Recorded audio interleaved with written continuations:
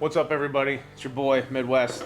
Had some issues with the video quality that I've shot the last couple weeks. I didn't think it was good enough to make a video out of, so I threw all that in the trash. But I was lucky enough that last week my buddy Wreckaroni and Cheese was driving through town on his way to a competition. I convinced him to come hang out for an idea that I've had for a while and just haven't done anything with it yet. This is the Shooter Are You Ready video / podcast. Just had this idea to start talking to interesting people that I've met over my time competing, and Wreckaroni and Cheese just happens to be one of the very interesting people that I've met over time. So we just talked about competition, talked about how we met, talked about various other things that you happen to come up across when you're having a conversation with somebody. But the Shooter Are You Ready video / podcast. I hope you guys enjoy it. I hope to do more of these in the future. Let me know what you think in the comments. I appreciate you for watching, and thank you very much. You ready? Stand by. Questions? I don't think so. Shooter ready. Yeah. Stand by. Shooter, have any questions? Shooter ready. Stand by. There he is. The last stage of the day. Stoicism on his face. Wait, what's this guy's name? This guy? Wreckaroni and Cheese. This is the first episode of hopefully many of what I like to call the Shooter Are You Ready video / podcast. I like it. I like it. I'm happy to be the first. I am so happy that you're the first. I honestly am. Everybody likes being around Paul when he talks because he's awesome. I also kind of never shut up. So Yeah. eventually something I have that disease as well. What is it? The white girls on Instagram are all about like, I'm a yapaholic. I got yap. And I'm just like, no, I actually say things that sometimes matter. Yeah. And they stick. Sometimes something profound can roll out of my pie hole. Yeah. And sometimes it works. And sometimes it's something that even I need to hear. Especially when it comes to things like, shooting in general. And then, I don't know, when I'm talking to some people, I'm just like, this is what you need to do. And it's really me telling me what I need to do. Well, it's like that thing, like if you speak it into existence, it sticks better in your head. Like if you're trying to break a habit, Yeah. like I'm trying not to drink so many Topo Chicos every day. So like first thing in the morning, you look at yourself in the mirror and you say, I'm only drinking 3 Topo Chicos today. 3. Yeah. You know, and then like it helps rather than just not saying it out loud to yourself. Yeah. And maybe Topo Chicos weren't the best call when it comes to It's making you burp? I'm gonna be I told you, dude. They're bubbly. Yeah. They're bubbly. It's gonna be a lot out there. We're going to get a little Topo Chico clink here. Yeah, let's do it. Get in the middle there. Nice. We'll call that the start. That's the start. Oh, you know what? That's it. Let's do it one more time. That's a good sync of all the video. All right, cool. Perfect. Now I'll use that to sync up when I cut from scene to scene here. Let me Nice. put my topo there so it's not in front of the Jamie cam. Yeah, Paul. This is my first guest. His name is Paul. I don't know how to say your last name. It's Wisconsin-y. It is. On the way down here, I was thinking like, hey, how much do I really want to reveal Yeah, right. about the enigma, the inner machinations? Do you of my mind? not want me to say Paul? No, Paul's fine. I can cut think that out. Paul's fine. I go by Wreckaroni and Cheese on Instagram. There you go. And I think a lot of It's right people here. Yeah. Post edit. I think a lot of people are like, well, it's for operational security. You can find who I am. Yeah, it's Like, not hard. It's not difficult. Google's amazing these days. I'm on LinkedIn. You can find out where I work. And if you really, really, really were just like, I hate what this guy has to say, you could probably find out who my boss is. You could call her and she would be like, yeah, he talks that way at work too. I don't know what you're talking to me about. Have you ever Googled yourself? I have. I Googled myself in the car on the way down here. Okay, now if you Google yourself, are you on the first page? No, my dad is. Oh, Yeah. all right. Yeah. Oh, I think mine is too. Yeah. Yeah, obituary. That's where you find my dad in the first page. But Little- I'm linked in on that obituary. Yeah, You hey. click on it, I'm in there. Hey, survived by is very important. Yeah. Yeah. For me, it's I did a lot of sports in high school. Okay. So there's a lot of like really old sports reports from like Ah. local news from like podunk towns. Were you a in northern lacrosse man? Wisconsin. I did play lacrosse, but not in high school. Okay. I played like club lacrosse. You look like a lacrosse man. I don't know how to take that. I'll take it as a compliment. It's a compliment. Yeah, We'll yeah. give you that. No, tennis. Oh, Tennis nice. was my thing, which is just as douchey as lacrosse is, but in like a different way. It's very what's the word when you're running around? What is that? Endurance. It's very you have to have good cardio. Yes, I played. Have you ever seen the Bad News Bears? Yes. Yeah, The that original and the remake. yes, that was like the tennis teams that I played on. Nice. Where we were, like we would go to Catholic schools, and we would get like ruled against because we'd be swearing in the court. Nice. And not like big time swears. I'm not talking F words here. I'm not even talking C words here. I'm talking like JC words here. Oh. And they would come out and they would be like, "That's a point," and we were like, "Okay, no." We were the guys that read the rule book of like actually like what, Okay, you can't give me a point right off the bat. You have to give me a warning. Yeah, right. And then kind of go from there. But that I played a lot of tennis growing up. Then when I got into high school, I started playing volleyball, and that was kind of my team sport of choice. And getting on later in life now, I've been out of high school for more than 15 years. And that's one of them where it's like, if you can show up to a bar league volleyball team, Nice. and like, because it's you and all the 6 foot tall Amazonian women that are just out there crushing it, and then their little boyfriends who can't pass to them. And it's because a lot of guys don't really play volleyball, especially where I'm from. Right. So, like having kind of that like leg up where you can play that kind of a lifelong sport, has really kind of paid off dividends. I think it's like if you played soccer or something in high school, maybe you didn't continue it on in college, but then you have kids and you're their soccer coach. Yeah. It's like that kind of like translating of skills where it's like, oh, you kind of already know what the sport is a little bit like. I tried teaching, or not teaching, coaching. I was a T-ball coach, and then a pitch coach, and then a first year of letting them pitch coach, and that was the end of it for me. I got into it with some kid's dad because I wanted the kid to throw at the kid coming up to bat because he already destroyed us 2 innings, prior. And that was a discussion between me and the kid, and then his dad's like, "I can't believe you told my kid to throw at him." I'm like, that kid did not need. Your kid was gonna lob him like a home run again for the 3rd time. What in this age game. would that have been about? I think they're like 6 or 7. Okay, Maybe I was in the wrong. that's I wanted to win. If you had said like 10 or 11, I would have been like, that dad's in the wrong, because that's where you're starting to get into like true little league. This kid should have known. If you want to be a pitcher and somebody has destroyed it on you twice, granted, I could have said walk them. I was trying to send a message to the 6-year-old. Kids are still savage. Yeah, like somehow I wound up at like a pee-wee hockey game. Oh, and I don't know if it's just because they can't stop, but they hit each other. Oh yeah, I think it's partially probably the stopping ability. Yeah, I would imagine. Yeah, but like they're full on like summering each other. Like some of your gear is gonna wind up over here, some of your gear is gonna wind up over here. And I think that's a lot of people will say where it's just like, we don't even keep score in sports for kids anymore.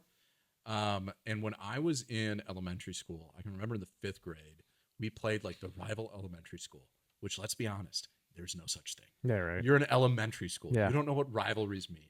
And they weren't keeping score. Every kid on that court knew what the score was. Oh yeah. Like it's one of those things where it's more for the parents than I think it is for the kids. Yeah. So getting back to, hey, throw at the kid. Yeah.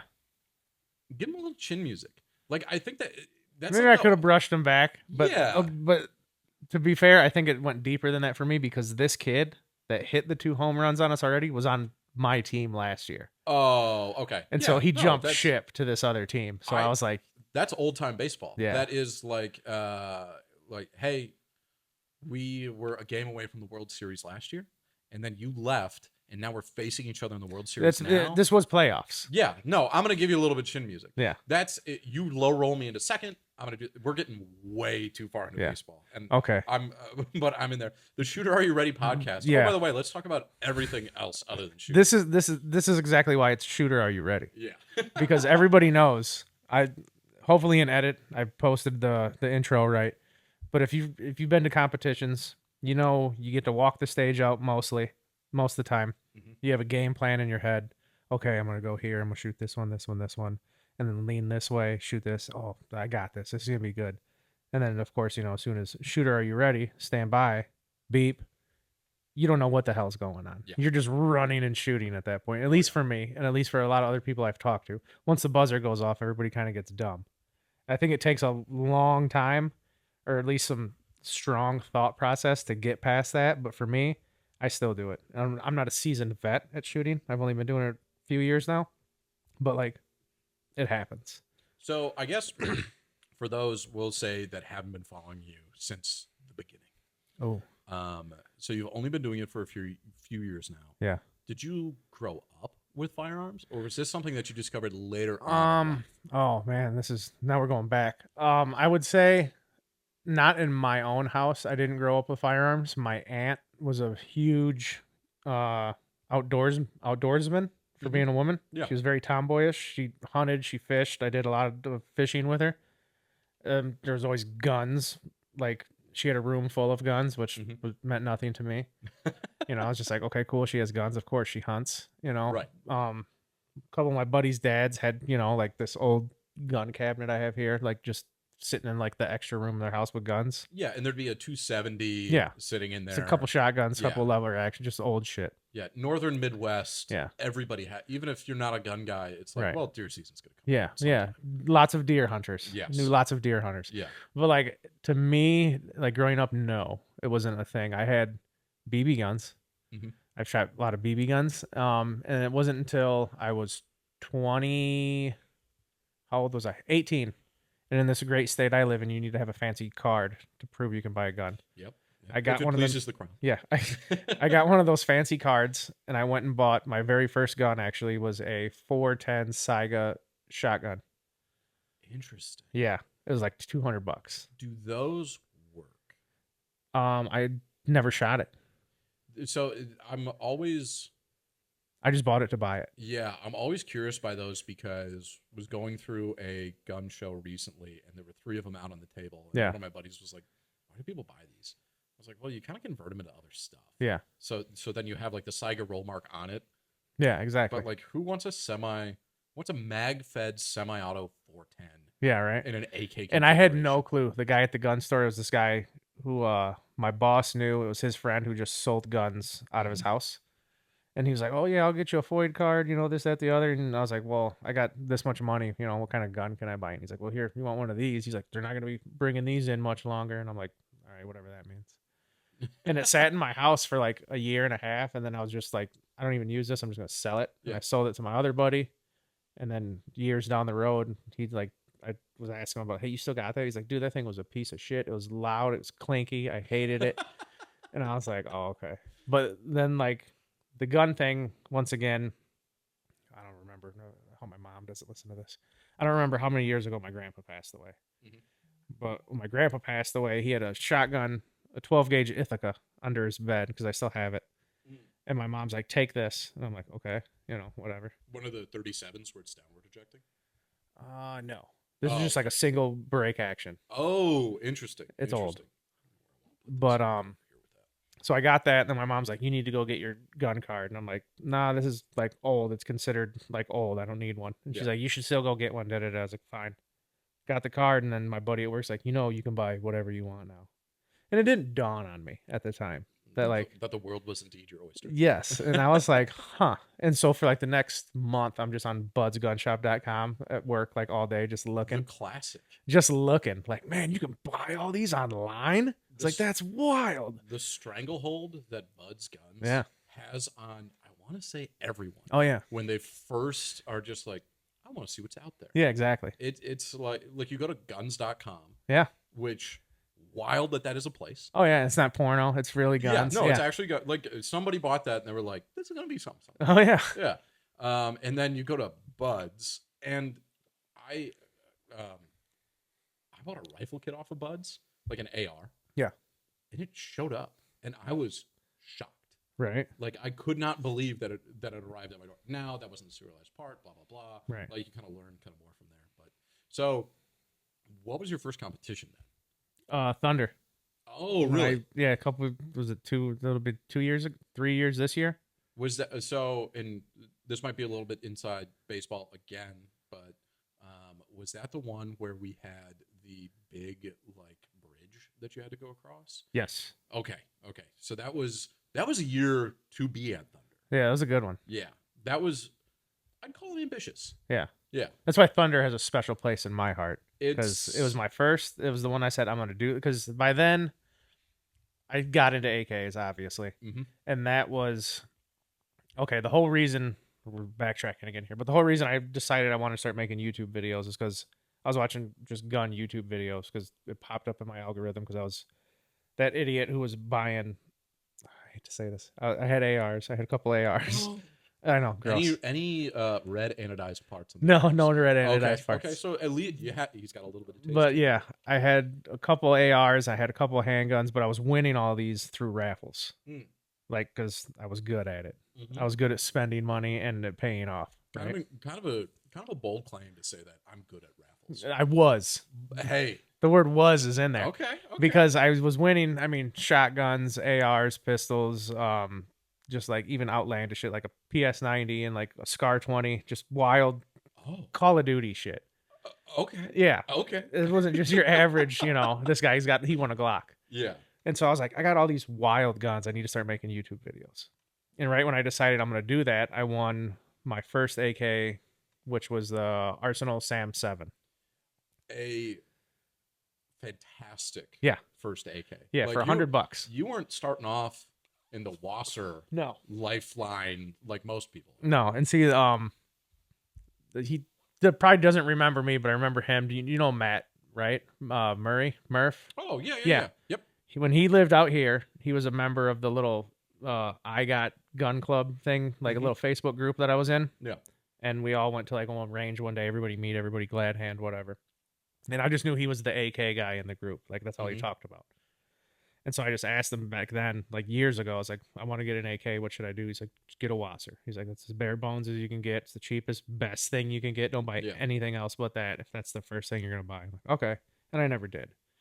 But when I won that raffle, I sent him a message. I was like, hey, this is on Instagram. I was like, you probably don't remember me. I was like, but, we talked years back. I won this gun. Is it any decent? Because it's not the Wasser you told me to get. Yeah. And he's like, you won that in a raffle? He's like, yeah. He's like, dude, you just started off with like the best thing you could start with. He's like, it's all downhill from there. And I was like, oh, okay, cool. And then, so, all right, back to the story at hand here. One of these rifles, want to start YouTube videos. I'm like, I'm going to start shooting these guns. Won the AK. Took that thing out to my mom's to shoot it. And I was just, the first shot, I just kind of stood back for a second. I was like, wow. Shot it a couple more times. I was like, this is way cooler and just feels much better than an AR. I don't know why. I don't know how. I was like, but this just feels way better. And so I loved it. And then after that, anytime there was an AK raffle, I was in it and I would win. Like I won a KR 103. I won like every Zastava. Oh, yeah. I won just all types of shit. And I was like, this is great. I'm going to make great videos. And then as soon as I started hitting record, bought GoPros and stuff, I stopped winning. And I was like, I only have so many guns now and I'm not winning and I'm spending too much money trying to win. And I was like, well, if I'm going to buy anything, I'm just going to keep buying AKs. And so now I have a handsome amount. You, from the, what I've seen you bring out the competitions now to ranges. Yeah. It is quite the handsome amount. Yeah. And I haven't even shown everybody everything yet. I mean, there's just things I have. I've still got shit in boxes I've never shot because I won it in raffles.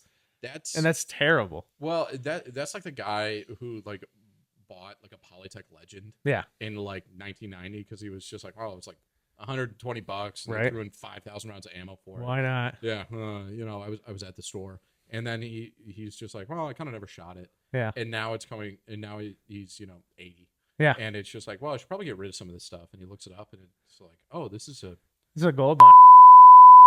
Oh yeah. And 3, 2, 1. All right, my batteries died. Do you think it'll just pick up right where we were at? It's supposed to. Okay. I've watched a lot of YouTube tutorials on this, and if your battery dies, it saves your SD card right where you left off. I hit record again. Perfect. I'll just put something in the video. You gotta put in one of those the scene missings. No, like the 50s where it's just like we'll be right back, and it's like a guy with a camera like tripping over something. Oh like yeah, technical difficulties. Yeah, like you can't do that episodes. On television. Yes. Yeah. Okay. You gotta throw something like that. Where was I talking about? You were winning a bunch of raffles, then you started losing. Yeah. A bunch of raffles, and then AK stuff. Yep. winning AKs. And then, were we talking about? Did we talk about competition yet? Well, so it was kind of leading up to, okay, you're recording, you have all these AKs, Right. And then did it just kind of come to a point of, well, I've got all this stuff, and there are AK specific matches that are out there. I don't know how I found Thunder, to be honest with you. I think it was probably through Instagram. I found it through Arms List. Really? Yeah, there was an ad on for the very first one. Yeah. And so now you've done quite a few different competitions now. Yeah. Since I'm trying. It's I'm doing. It's Sorry, hard, Possum. I'm doing. It's hard to get out there. Yeah. Like, Dude, and like I've burned up like, there's the competition you're obviously going to tomorrow, which is just a local 2-gun. Yep. But it's on a Sunday. Yes. I work on Sundays. And then like Brandon's like, you're not going? It's like, I work on Sundays. And it's like, I've burned up so much vacation time already and Because of already that have it Sunday. planned for Yeah. following, like the next couple months. But it's definitely harder when you work like a regular day. It's like because it's dude. planned for people who work Monday through Friday. if I had a regular job, I could probably go to more competitions, but my job's anything but regular. Yeah. So your first Thunder, Yeah. what did you bring? What did you wear for like mag carriers? And how did you finish? Oh, I thought it was on the wall. I finished half, like dead half, like right in the middle half. Yeah, that's pretty damn good for your first competition and for it being that competition. Yeah. Because that year there was some 180 traps. Yeah. There was some very complicated stages. Yeah. And there was a lot of, hey, move this dummy that's made out of 2x4s that is like does not move like a physical person. Yeah. Move this Roblox character. Yes, exactly. Yeah, that's exactly what so, it was. in terms of like first competition, that was a number one, great one to start with. Yeah. Mainly because I am an RO. Well, plus it was not very close, but it was the closest one to my house. Yes. And I do think that out of age-wise, like Thunder on the Tundra, it's a younger crowd. Yeah. And it's just kind of like, I call them kids just because they're all like 28. Yeah. But it is the only competition that most of them shoot that year. And Yes. they are like jacked for I've it. learned that, let's see, after my first Thunder, I think I started doing like the I guess we'll call them local, like practical rifle 1-day courses. Yep. I was doing a lot of those. And then I think I went to KCON the following, like 6 months after Thunder-ish. Yeah, we'll say 6 months, but whatever. And then I did a couple more of those local ones, and then I went back to Thunder the second year. And that's when I realized a lot of those guys, like, that's their competition. Yep. That's what they do. And I'm like, Yep. you guys aren't going to this year? You're not going to this next year? They're like, no, this is the one event we do. And I'm like, oh. It's also almost like a Renaissance fair to some of them. Yes. Where it is like, I'm going to wear this uniform. This is my tracksuit. This Yep. is my ski mask. And I'm going to be, No, that guy. And I don't mean to say that not all of the, like, they do take it seriously. Well, yeah. And, but they're a mag dump into trash Yeah. kind of fun crowd. Yeah. And, there's nobody there that I would, like, not want to hang out with. I've made many a friend and many people that I enjoy seeing every year. Yeah, and some of them, I think it speaks kind of volumes to the event where it sells out in like an afternoon. Yeah, which is huge because I think the first year, I'm not sure. If I was a betting man, I'd put money on it, but I'm pretty sure I did not buy tickets when they went on sale. I'm pretty sure I got tickets a little bit after the fact, but then like, was it last year? Was my second or third year? Second year? Probably would have been second. Yeah, and that one sold out like you said, day of. Yeah. Like boom, gone. And then, oh yeah, I was with you when we bought tickets this year. We were up at Tommy's. Yeah. Yeah, boom, 'Cause gone. We had to run into a motel Yeah. because we didn't have had to steal the internet Wi-Fi. access Yeah. from any place else. So that was I don't remember. So the first year that you did Thunder, I RO'd at Thunder. Yeah. That was my first year ROing, and I didn't know who anybody was. Right. I was just like, let's just Neither get did people I. through here. Yeah. I was some asshole handing out stickers like I was somebody. So I got one of your stickers. Yeah. And then when you are part of a match, if you're running things or if you're an RO or if you're part of the match directing team, one thing that's really, really hard is to get feedback from shooters in terms of what did you like? What didn't you like? Right. What do you think went well? What do you think could kind of be improved upon? Or if they do give feedback, it's just like, I hated the lunch. Okay, well, bring your own next time, buddy. Yeah. So I went out mainly because I wanted to know if I did a good job ROing. Right. To see, like, if anybody was like, oh, my God, that guy in the flannel needs to die. But I went out, and that's when you were, like, one of 3 people that created any videos about Thunder the Tundra that year. And then that's where I found you, and I was like, oh, okay, this is like-minded. And then at that following KCON, I ran into you. Yes. And I was just, we were in the parking lot, and I was like, hey, man, big fan. Yeah. Really like the videos that you're doing. And it was, like, quality it was videos that were, like, accessible to me. Like, if you live in Arizona and you shoot 1,000 yards, Yeah. that's really cool. I can't do that up here. Yeah. But, Congratulations. yeah. Like, I wish that I could Not do that, but I knocking you can't. because I can't. No. Not at all. I just hit 600. Hey, Not bragging. which was pretty hard. But I like to see people that are in the same realm like I'm from the Shire now, in the same area that I'm from. Yeah. Those are the people that I want to follow because, okay, now I know about this range and this event. I know Yeah. about this range and this event. Oh, exactly. And like that's how you kind of like get the ins. Yes. So that was probably the first time that I was just like, okay, this is the content that I really kind of want to watch. Oh, thanks, Paul. And then it's hey, you're the one doing the work. And then it's just kind of been me slowly weaseling my way in to things like this. Yeah. Where like I don't have to edit this. No, I do. But yeah, maybe let's get those Instagram followers up there. I don't really post too much when it comes to gun stuff, but man, if you like birds and pizza and the skyline of the city that I'm currently in, I'm sure that you're going to love my Instagram. And you can also probably tell when I'm a little bit sad. I like to post black and white pictures with music that I'm currently listening to. Oh. Yeah. When you're in your moods or you're the feels. Yeah, and all of that is depending on like the show that I'm currently watching. One thing I will say about you, Paul, is when I saw you at KCON last year with Tommy, because I was talking to Tommy, because I knew Tommy, but I didn't know him like on a friend basis yet. I just knew he was the guy with the dog when I went to Thunder. Yes, beautiful dog, by the way. Yes. Yeah. Ace, what's up, buddy? But and then you were like, oh, hey, Recaroni and cheese, Paul, like your videos. Oh, thank you very much. And then I'm like, I know that voice.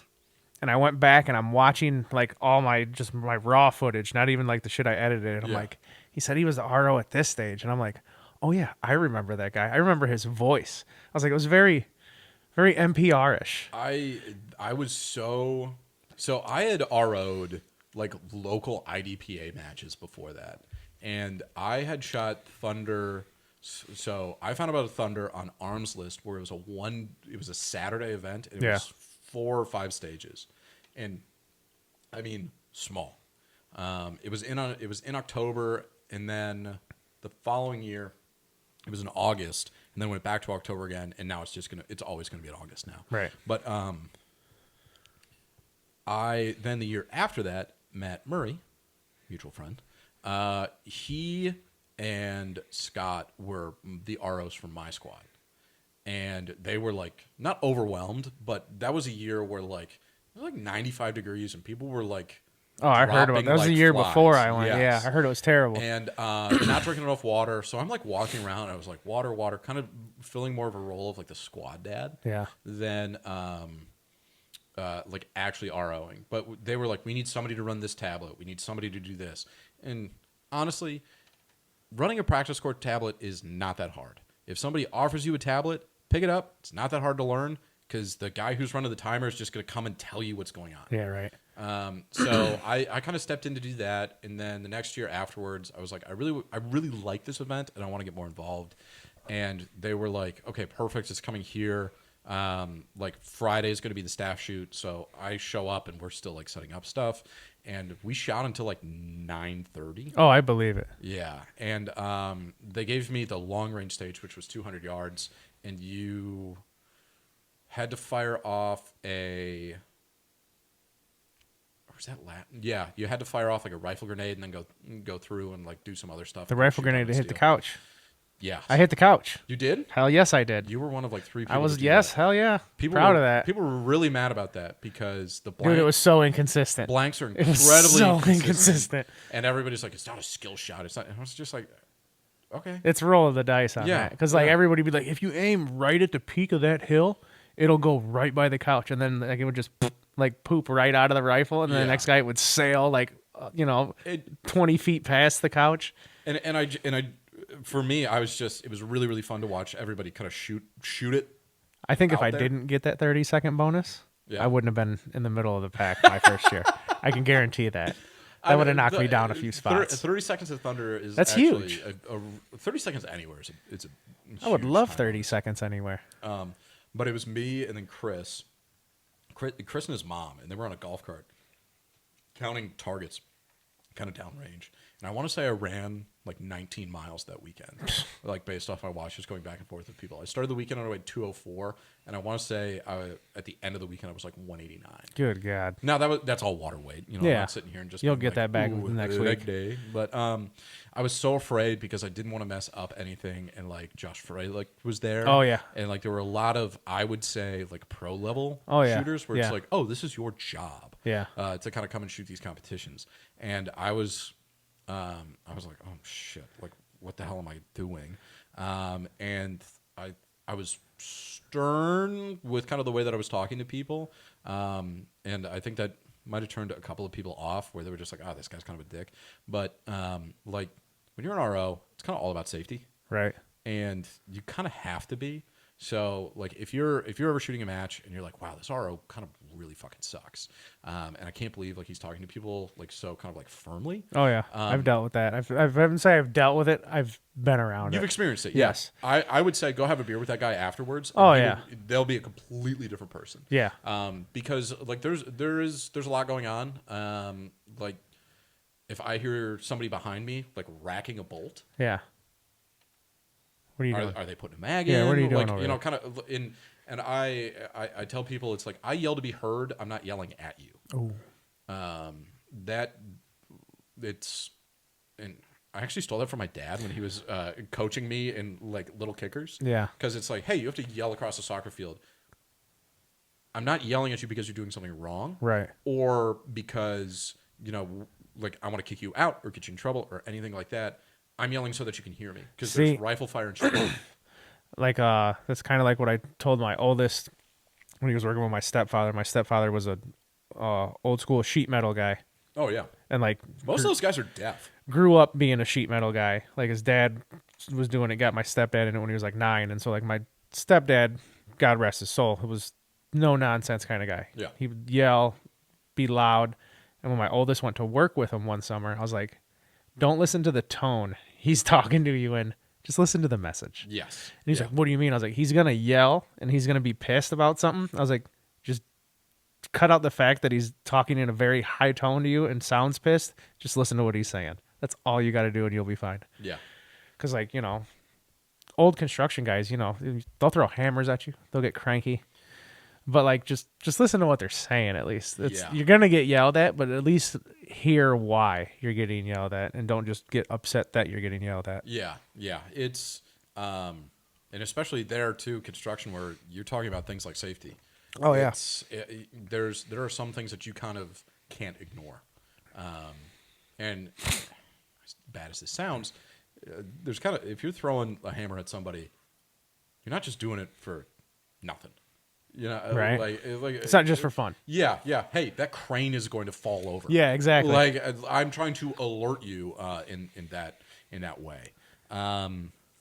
But yeah, and then we shot. I think this was the first time this year at KCON was the first year we ever shot on the same squad together. Yeah. Which that was kind of that. a lot of people have been talking about the squad Yeah. that we shot on. Not, but it's mostly been, it's all been positive. And what I mean by a lot of people have been talking about it is I've listened to, there are other podcasts out there of people who were on the squad, and it was just like a professional time. Yeah. Like it was there are very few instances that I've ever been on a squad with where I'm like, ooh, I don't have to, like, that guy, he needs to slow it down a little bit. Yeah. Just because he's kind of getting out over his skis and maybe shooting past his ability. Right. And on our squad this year at KCON, it was more like, oh, he can go faster. Yeah. Like he's holding back, or we had some pretty high tech in terms of what some people brought in terms of like binos Right. for the 600 yard stage, and calling hits. Oh, that was huge. And I shot a lot of USPSA, Yeah. and there was one guy where he got done walking the stage, and I was just like, hey man, what do you think about this? And he's like, I will let you know after I shoot the stage. I was like, okay, well, you're an open, and I'm shooting production, and this is like my third match, so like, could you give me a couple pointers? No, that would be unfair to the other competitors.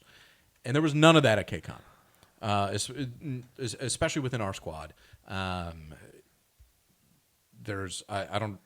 Do we want to go through and like name everybody that was on there, or is that kind of name droppy? Might be a little name droppy. Might be a little name Yeah. droppy. I mean, if you want to go find the people, they're all We in had the video. we had a great squad. We did. Full of great shooters. And I was there too. And one of my nemesis. But that okay, speaking of like my first competition, Thunder, Yeah. it was in the middle. Last year, KCON, in the middle. This year, KCON, I think I was like top 30%. Like, Yeah. I'm trying to do math. If there was 90, I was in the top 30. Yeah. So progression on my Yep. end, a little bit. Yeah. But it's good. Like, don't get me wrong. Last year, first year at KCON, and I was teamed up. We can't be name dropping. I was teamed up with certain people who wear yellow glasses. Okay. People who know what they're doing and they come with the equipment. To Yes, and then like people who might be your nemesis. who may or may not be. Yeah. People who live in Arizona and may or may not build AKs professionally. Potentially. We can't name who these people Right. are, though. And then people who my youngest called me my red-haired doppelganger, who kind of looks like me but wears glasses and has red hair. Okay. I would have never put that. Actually, I would have never put that one together. He said until that you last told me. night. But like, I'm not gonna lie. Like, our first stage when I was teamed up with this group of straight killers last year, Yep. and then it's like, because like I was intimidated just by Mr. Yellow Glasses. Like, I didn't ever meet him before. Like, there's been like small interaction between me and him, like via like YouTube. Like he would Yes. like there was like he said something about my channel one time, and I was like, oh Yeah. my god, what the hell? This guy knows me. That's weird. But not weird, but like very flattering and cool in the same way. But Yeah. anyways, No, I get what you're saying. and so I see him there, and I'm like, hey man, just letting you know, good to finally meet you face to face. If you see me today, I'm gonna be terrible. And he's like, oh well, the nemesis and the guy who lives in Arizona are here. And he's like, and if you think I'm intimidating, I'm intimidated by those two. And I was like, oh. And they were all on the squad. And like after the first stage was the baseballs. Yes. Like, all I was thinking about this whole time was 600-yard shot, 600-yard shot. Yeah. And so I'm panicking. I zero at like 100 yards. All I've been doing is like hitting this 200-yard stage because it's the longest thing I had close to my house. Like, I got to get this 600-yard shot. I'm going to look like a fool if I don't. First stage, there's baseballs 5 yards to 15 yards in front of you. Good luck. So I was trash on that stage. And then after that, I get on the phone with the old lady. Yeah. I'm coming home. And she's like, You were gonna leave? She's like, what are you talking about? I was like, I don't belong here. I was like, this is way above me. I was like, what the fuck was I thinking? And she's like, you drove all the way out there. You're not going home. I was like, I am doing fucking terrible right now. I was like, this is terrible. And the second stage did much better. I think everybody has those thoughts though. Yeah. Where it's just like you just get through a dumpster fire, Oh, dude, it was bad. and it's like That dumpster tipped over, lit the alleyway, and like surrounding buildings on fire. Oh it was, man, it I'm gonna was shoot bad. everything from now on, including Well, I the mean, no shoots. I didn't expect to go in there and place or podium or do anything crazy like that, but I just wanted to do half decent. And after that first stage, I was like, what the hell? You wanna hear something really stupid? What's that? I thought I was going to win irons my first Thunder in the Tundra. Oh, get it, dude. I was like, this is Confidence. I love it. I legitimate like, and to this day the irons on that rifle are still not zeroed. Yeah. Like they're close, but at 100 yards, it's like 3 inches high and 4 inches to the left of where I'm actually aiming. All right. And I was just like, I totally got this. The guy who won irons that year smoked me by like 5 minutes in terms of time, and most of that was penalties. But that was definitely when people talk about hey, your first competition, like kind of it's good benchmark. Yeah. Where it is literally like, hey, you're not shooting against your buddies now. Yeah. It's like you're shooting against people who actually know how to shoot. Right. And probably have done this before and may have been doing this for like a decade longer than you Yeah. have. So having a little bit of that humble pie. Oh, dude. is I ate the whole never, damn thing. It's not a bad thing though, because No. just as you described, then it is okay. But- I'm at 50%. I'm at 30%. Okay, intimidating as it was to be on this group of killers. Yeah. Right? I learned a shitload of stuff that year from Mr. Nemesis and etc. other people in Well- that. And then like everybody was so cool with me by the end of the second day. Yeah. And it's like, yeah, dude, like the guy who builds for a living. I gotta keep walking around names. But he was just like, I was just beating myself up after a stage. He's like, dude, you're here, bro. And I was like, what? He's like, bro, you're here. He's like, where's everybody else at? They're sitting on their couch, bro. You made it out here. Yeah. And he's like, that's like the best thing you can do. And I was like, yeah, you're right. And that is. I definitely don't think that is something that can be like, until you're actually at competitions, you can't explain that to somebody. Dude, you can't. And then like, I'll give credit to what I call him, Mr. Yellow Glasses. Yeah. Clay. I said it, whatever. But it was one of his videos talking about competition that got me to go to Thunder. It was like, a little back history here. Before this, my main hobby for years was stand-up comedy. Ooh. Yeah. Okay. And it took me like one comedian on Joe Rogan just to be like, you just need to get out there. He's like, nobody knows how funny you are. Yeah. Sitting in your couch telling jokes to the same 5 people. And you're gonna suck for a while. Oh yeah. Like I'm still there. I'm still at that point, waiting to come over this hump. But I'm still there. But I'm getting less terrible, which is good. Well, and kind of like what you alluded to, it's kind of the yips Yeah. where it is. Hey, when the beat does go off, Oh, dude. okay, what's kind of the feeling afterwards? And there's no way to describe the like time where it's like ticking away in the back of your mind, Right. and the like dudes watching dudes, Oh yeah. where you kind of don't want to act the fool in front of everybody. Right. Nobody wants to be the guy that DQs. No. Nobody wants to be the guy that, like, my kind of shooting sport career has always been focused on, I don't want to be that guy. Yeah. And see, I think that's the whole DQ thing. When I went to KB, it's an 18-hour drive. Oh yeah, It's an 18-hour drive. I'd And be more intimidated, in terms of like, I'm 24 hours from home, Yeah. and it took me 2 days to get here, and now I'm done. Yeah. Well, see, that's what I'm saying. Like, because after it was all said and done, certain associates of Tommy. All right, Tommy. I can't keep walking around names. But Tommy was like, pick it up a little bit. You're doing the grandma walk. What I do, you're worried too much about placement of the shots instead of moving your feet. And I was like, yeah, I know. But there was somebody, I think he was even in our squad. Yeah, he was in our squad. Stage 2.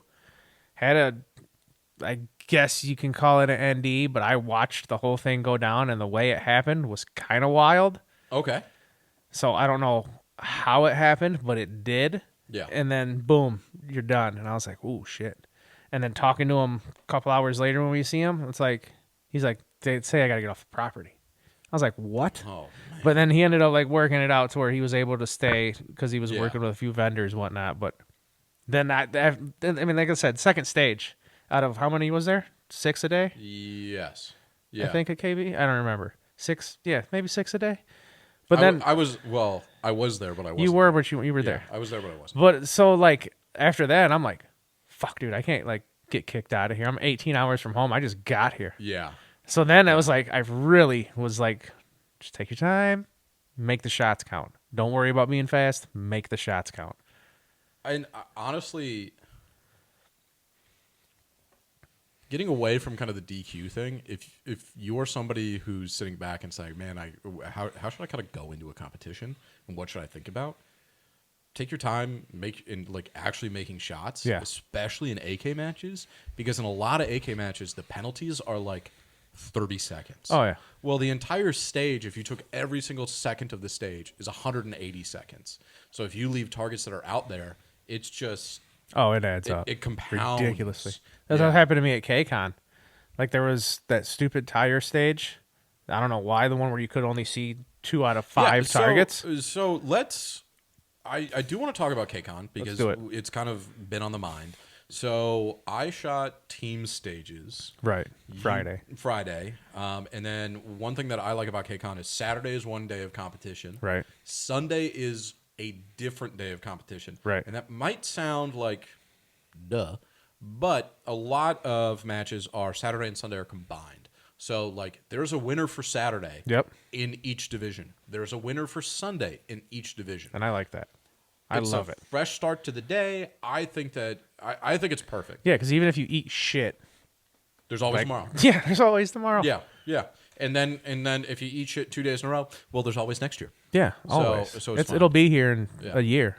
So I shot team stages with an SKS and a staccato. I saw some of that footage. Yes. I loved it. Yeah. It was only my second time ever shooting an SKS on the clock. That's wild. I can't believe you did that. I thought that loading strippers on the clock was going to be really, really hard. And just for reference, for team stages at KCON, you're limited to 10-round mags in both the rifle and pistol. For the other 2 days, you're limited to 30 rounds in the rifle, 10 rounds in the pistol. So you get 20 more rounds for your individuals from the teams. I've never done team stages. Yes. I want to try it next year. Is it basically like... Meld it. Like, I don't know, what am I trying to think of? Like fucking wrestling? Like, do you shoot so much and then you just tag the partner in? So some of the stages are like that. Okay. Some of the stages are literally like, hey, I'm going to shoot these targets in a way that would act like I'm providing suppressive fire so then you can move a dummy behind me. There was one where we were shooting a spinner in tandem, and then we would move kind of up the stage together. Okay. So you've got 2 guys with 2 loaded rifles and kind of working together on each stage. There was one where it was I kind of had one half of the bay, and then he had the other half of the bay. And once I cleared my half, then my partner ran forward and kind of cleared his half. Okay. But Ironsighted SKS, I gotta tell you, man, it's fun. That's the same one you ripped off that like 300-yard shot at Tommy's. Like, oh yeah, let me just ping. There we go. Because it's a milled AK. Yeah. And the one that I've got a Chinese SKS. I thought that the stripper clips, I was going to be battling that all day. That was probably the easiest part. Was actually just loading off a stripper clips. Okay. Now you've done Saturdays, you've done Sundays. Yes. You know the difficulty range. Okay. Yes. Let's just say average on a Saturday, Sunday. Difficulty 1 through 6. What do you give it? I don't know why I said 6 and not 10. For team state, let's do 10. Let's do 10 because people are probably listening. It's going to be a 3.8. Why the hell did he just do 1.6? Yeah, so I did team stages last year, and team stages last year were way harder. Like team stages last year. Are they harder than the individual days though? No, not this year. Not this year. No, last year was probably harder than the individual days. Okay, now we're breaking it down. Do you like the range this year or last year? Last year, I like Big Piney. I like Big Pine. I mean, I've only been there once. I've only been to each of these. Obviously, everybody's only been to this one once. So, KCON this year was at Lead Farm, which is in Versailles, Missouri, which I looked it up. Versailles. Is it actually Versailles? No, that's how I was saying it forever until you told me. It's pronounced Versailles. And I was like, it is? Missouri has a lot of, like, towns. Like, I went through Mexico, Missouri. Yeah. Like, there's nothing original in that state whatsoever. Well, there's a Compton, Illinois. Is there? Yeah, and it's like one of them towns where like you see the sign Compton, Illinois, and then before you know it, you're done. You're like you already drove through it. It's like a 400-person town. So like the more you know. You drive through there on a Facebook, you tag yourself. Confident. But like the reason that I like Big Piney is I like berms, where Lead Farm is more like backstop being woods. Yeah. And with berms, it's way easier to like, hey, I missed. There's the splash. Okay, correct to the splash. Right. Now, Big Piney had a lot more paper, and I don't Yeah. like pasting Oh, paper dude. targets. I hate to keep popping in front of you here, but No, go the for it. amount of steel at KCON this year, Stunning. beautiful. That's Beautiful. That's the amount that it should be. That was amazing. Yeah. Like that right there, that's like watermark of Yeah. competitions to me, because everything else now the rest of the year when I'm out pasting, I'm just gonna be like, ugh, Yeah. it's gonna drive me nuts. Um, This could have been a steel target. and it was also really, really hard steel, Oh yeah, meaning like they were difficult target presentations. Yeah. Which I think if you're going to have steel targets, creating difficult shooting positions and creating difficult target presentations is the way to do it. oh yeah, Like throw 5 steel out there and give 10 different, shooting positions that you have to hit the steel from. I think that is more fun than, all right, well, you're going to move left or right on this bay and there's 50 paper targets and then Yeah. just hose it. yeah. Steel is just more reactive. Oh, I love steel. I love It's when the reaction of it. when 7.62-39 hits steel. Oh, forget about it. It's that like 5.56 hits steel. It's just kind of like, all right, you zipped it. 7.62-39 hits it, and it's like, oh my god, baby, bring that ass in here. Come on, now. Dude, it's like when I go to the range and I make my videos. Like yesterday, I went and my footage was crap. That's why we're doing this today, and hopefully this turns out just fine. But my alarm's going off now. But like I just set up one paper silhouette at the end of the Yeah. berm, and all I was doing was changing muzzle devices. Yeah. I made some rigged up measurement poster board behind me just to videotape the barrel moving up and down, and the different muzzle devices do different things. Ended up like shit. I'm not using it. Anyways, I had the one paper target just so when somebody drives by, I'm not just shooting into the dirt like Yeah. an idiot, because they'll be like, "Hey, what are you shooting at?"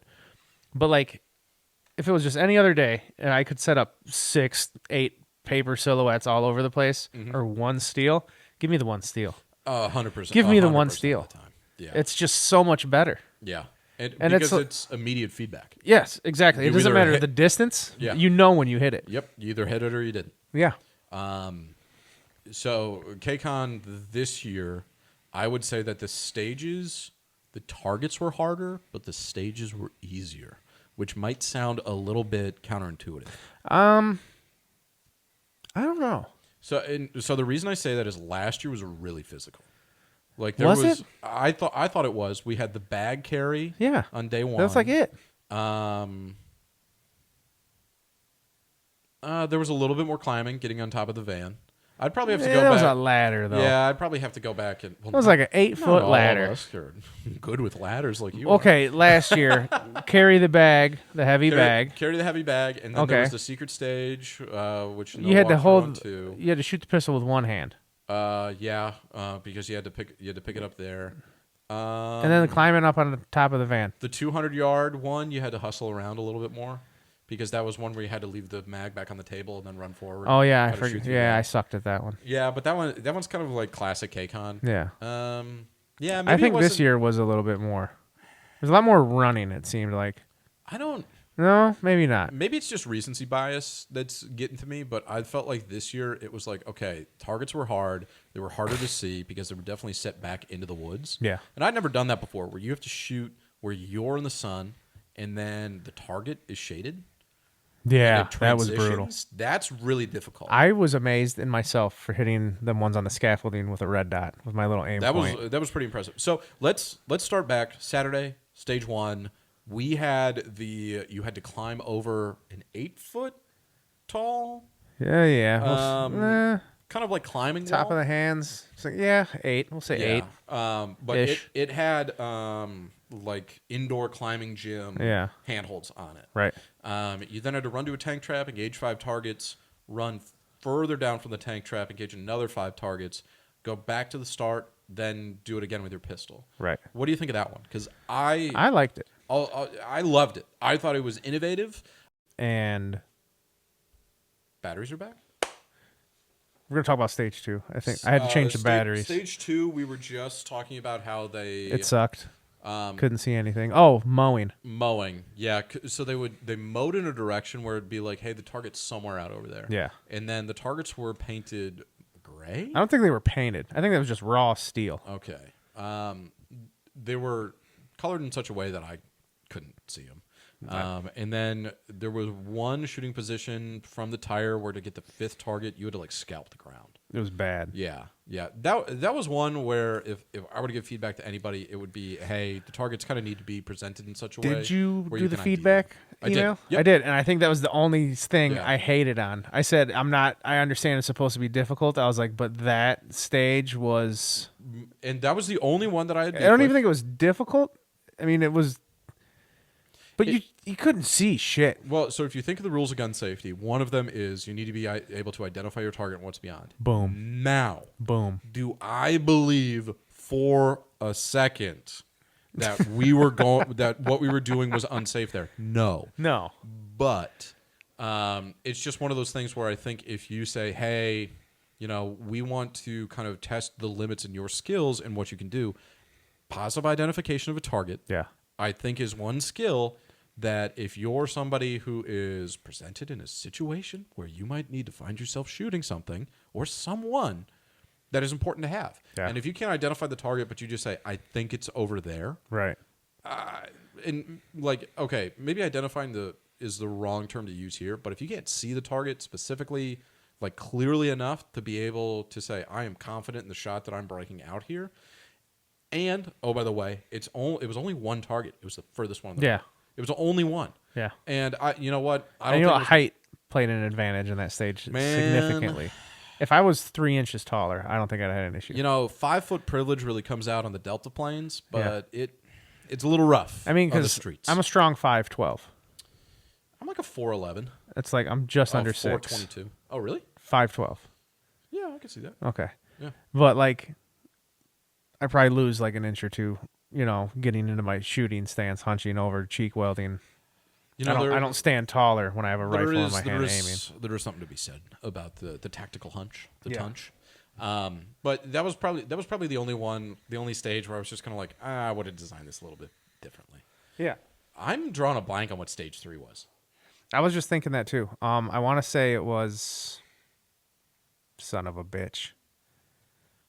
It wasn't the uneven stage because I think that was No, that was the one with the Sunday. No, the one with the magazines.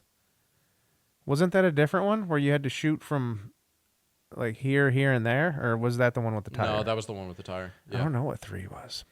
3 wasn't the Cowboy Town because I think that was the next day. That was Sunday. It wasn't the one with the shield. I think that was the Nope. following stage. No, that was the following stage. So I don't think it was uneven. No, it might have been uneven platforms. No, that was day 2. That was day 2. Shoot, I'd have to go back through and look. The only reason I know most of it is because I shot 2 different rifles, and I can look at pictures and tell what day that's what right. it was. That's right. Yeah. So Which I Spinner? am. Nope, that was day 2. Because that was the one that we started on. That was when I had the 7.62, and I rocked that stage. Yes. I rocked that 5 shots. I'm proud of that. I am fucking proud of that. I mean, we'll talk about that when we get to day 2 here. I'm really wondering what the third stage was because we went wall. Then I almost wonder if I can figure it out. Yeah. Yeah, that might be. All right, now we'll go to the 4th stage. 4th stage was That was the shield. shield stage. I placed 3rd overall on that stage. I did terrible. I did really, really well on that one. So that one was you had a shield and you kind of went around like a hub and spoke, shooting at different paper targets. And you... Paper. Gross. I know, it's disgusting. But you had a shield in one hand and then you had your rifle or pistol in the other hand. And the shield had to be contacting either your arm or the rifle firearm itself. And then once you got done with the rifle, you dumped it, went back to the start, and then you unveiled like your kind of a secret mission for the pistol, which could have been something like each target gets a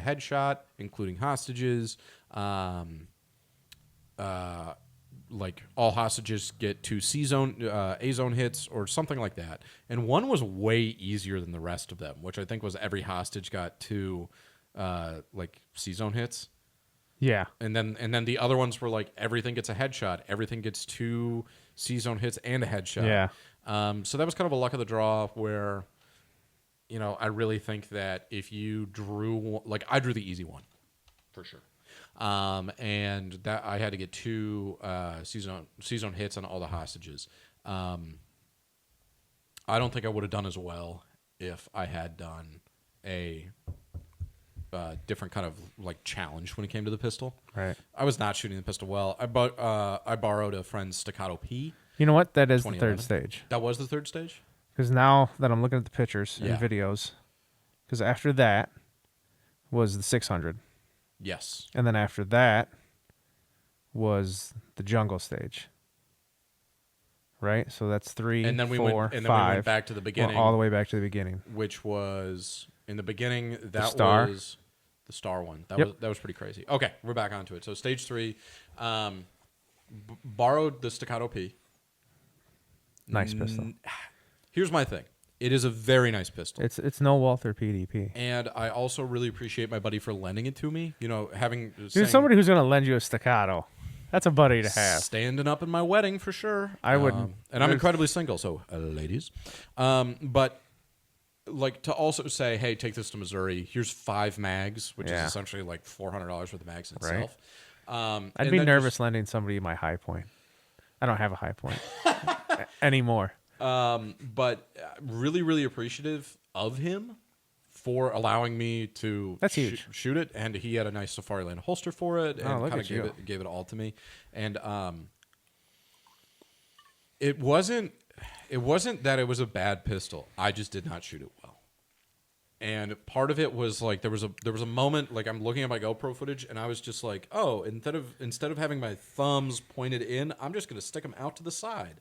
Dude, and I am such a suck with it. pistol shooter. I've been critiquing and watching so much stuff before and after KCON because I'm not a pistol guy. Yeah. I own many of a pistol. Oh, I think this guy just turned off here. Hold on. All right, it's back. Oh, that's weird. Wonder if it's overheating. Is it hot? It was a little warm. Yeah, sons of bitches. Nothing crazy. But I'm just not a pistol guy. I would say at KCON, you can do a lot with the rifle. Yeah. You specifically and the Royal you. If you can, like anybody can. If you can functionally use your pistol and hit a majority of your shit at like an indoor 25-yard range, I think you'd be okay. I think you'd be fine. Yeah. Now, you're not going to hit everything first shot. No. But I think you're going to get through it. And I don't think you're going to podium. No. You're not going to ride around in an air-conditioned ATV. No, please. Shots fired. But like, I think the people that you could tell were actually really, really good pistol shooters. They definitely like ran it. Oh yeah. Like it's not something that you can sit back and be like, I'm a really good rifle shooter, ergo, I'm going to transfer this over to pistol. I think if you're a really good pistol shooter, that definitely, yes, it transfers to pistols. That yes, yeah. I've heard that from many other people and found the truth in that. But shooting the Staccato on that third stage with the shield, prop shield, I think that's probably the one where it was like, okay, this is where this 2011 shined. Yeah. Where you're shooting one-handed and having to manage it with a red dot. I think that worked out really, really well for me. What's terrible to me is I bought that Walther PDP, telling myself this is my competition pistol. Yeah. This is the one I'm using. I probably shot that thing twice before I went to KCON. not like 2 rounds, but I probably took it to the range like once and probably shot 3 boxes out of it. Yeah. And then maybe that was the one time I shot it. I want to say there was 2 times. I can't remember a second time. And that's a terrible. I should have just went with the pistol I took last year. Do you think that it hurt you to bring that rather than bringing something No, because I didn't do terrible with the pistol. I was able to hit shit. I mean, it's not like I was struggling with it. Like, oh my God, I can't hit anything. I mean, the star definitely that was just hard. That'll fuck anybody up. Yeah, Texas stars are hard. But I mean, I wouldn't say I did terrible with a pistol. I could have been better if I would have put more practice and more effort into it. Yeah. But that goes into my own fault of being an overtime hooah when it comes to my profession as a job. Hey, it's a hard life picking stones and pulling teats. but Dude, somebody's it's gotta do like, hey, you have to practice tomorrow and go to the range. Cool. And then like the phone rings at midnight. Hey, double time's calling. it. Yeah. Yeah, I'll go get that money. Because I don't know about you. I just bought 1,000 rounds of 7.62 last night. Dent. And I just did it. I just did it quick, like boom, bought it, done with it. Yeah. And then didn't think about it till I got the email today, the confirmation tracking number. Like, oh fuck, I bought that last night. Mocus Rufus? Muka. Is it? I don't know how to say it. I asked Mucus him. Rufus? Muka. They're a big. I always thought it was Muka's Rafus. Yeah, I don't they're know. I don't get it. Big sponsor of Thunder. Charlie, I absolutely adore everything that they do over there. I think they're hilarious. They have HK21 parts kits, which is the belt-fed version of the G3, and I'm a big G3 guy. And I, when I was checking into the hotel before this, I was which thank you very much for putting me up at Holiday Inn Express. You should if he ever invites you on, you should also expect that. Except nothing less than the Marriott. No, you didn't. I'm passing through for another match. But, Continental breakfast. Yeah. Which continent? Africa. Continental breakfast. But like I was just staring at that, and I was like, or I could pay off my truck this month. Dude, you know the big what is it? Don't sell, buy. Oh yeah, no buy, only sell. Yeah, no sell, only buy. Yes, yeah. It's huge with me. And like I was discussing with you before this, and I tried not to talk to you at all before we started this, just because like you got to keep all the good stuff on camera. But I have so many optics and so much stuff I don't use. Oh, Muffin, it's so hard to be you. It is. It's rough. It's so bad. And like I was going through my magazines the other day. Drop my phone. Man down. I have like 15 bakes, and then like I keep finding other ones like, and then I have like so many Circle 10 mags that like in different weird colors. You're just infinitely robbable. I am. Try me. But it's just I have like so much stuff, and I'm like I could sell like maybe just a third of what I have and be able to just either buy like a new Galil, which I want so bad. Because I have like a shorty Galil, I got a pistol. I want a rifle. I want a full-size Galil rifle. Yeah. Or the Ace, or would you go for the arm? I'd buy the Ace. I want to build the arm. Yes. Gotcha. So this is a conversation that I actually had with the Staccato P lender the other night, where it was, hey, do you like? I really like PSA daggers, which is their Glock 19 clone. I shoot them really well. I've kind of been a justifiable pour for since I started. Are you a Glock 19 fan though? So I actually shoot Glocks really not very well. Not a lot of people do. That's what I hear. Like I thought it was just me. Well, you got to put some time into it, and the grip profile that is on a Glock is not conducive to my hands. Like I shot a Glock 17 forever in IDPA and USPSA and in production, and like I don't think I ever got any better than like D or C. Have you ever had an HK VP9 melt in your hand? I've not. No. Oh my god, you got to touch mine before you leave here. I would love to. Talking about pistols, but if we're gonna talk about pistols that I love, the CZ75 series, like any CZ75, I think I shoot very well. Just like the point of aim that it fits in my hand, I think does a better job than most any other pistol that's out there. Like the M&P series, dude. I have heard the new. Well, I guess it's not that new now. The 2.0s. Yes. Yeah. So I've got one of those. I'll bring it out. Ooh. A lot of people don't like the hinge triggers, and I would call those people trigger snobs. Okay, now the hinge, you mean like the one with the little flap? There's a little flap, and it's on top, so it actually like articulates like a hinge does, so it swings back and forth. A lot of people don't like that. I kind of would tell you. Now, is it the same trigger in like the old M&Ps? No, it's different. Okay. It's different. The design is different. The old M&Ps really, really did suck in terms of the trigger. Yes. They were just pretty, and there was no like wall. It was just kind of it just went all the way. It was terrible. I have a 40. Everybody. Because the police buybacks. Yeah. Everybody has. Mine one. says Detroit PD right on it. It's awesome. That's pretty sick. I think mine is St. Louis. Oh, nice. Yeah. So probably used in. There's probably something on it. But like in terms of pistols, CZ75s, I would say definitely kind of like the gold standard. And then you have like your TS, your tactical sports, which is like what Tommy shoots. I think that those are just really, really well. You showed me a Beretta, which is probably the next one that I'm going to go buy. But kind of getting back to the litmus for this, the conversation that I was having was more around, hey, do you want quantity? Where like, hey, there's one guy out there that owns 500 Ruger 1022s. Yeah. All of them are worth $180.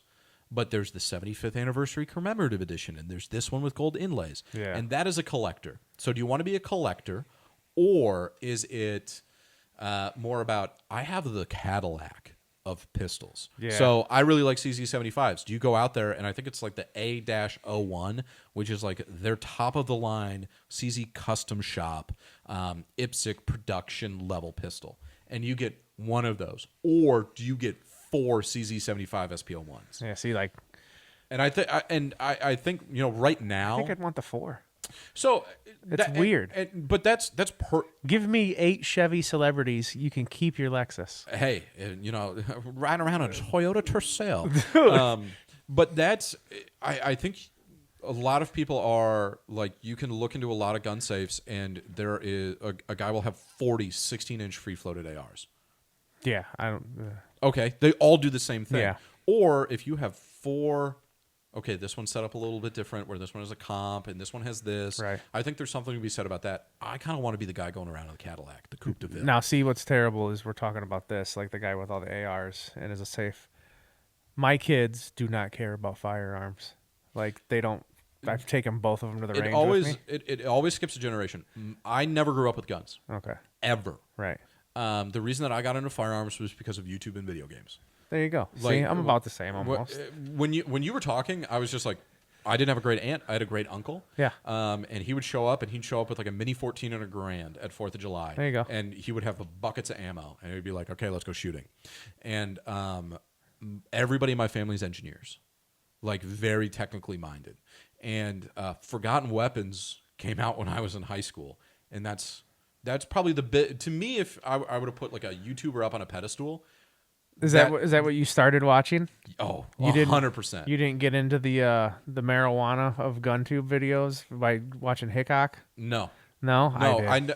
Hickok 45 to me was like, he would have them all laid out on a table like this, and then I'd be like, "Yep, this one does this," and I'd be like, "Take it apart, show me what's in there, what's going on." What are the inner workings of that? The inner machinations of my mind are an enigma, but It's a milled slide. Oh my god. and I also really like the history aspect of it. Yeah. So when I was in college, I like got a history major by accident.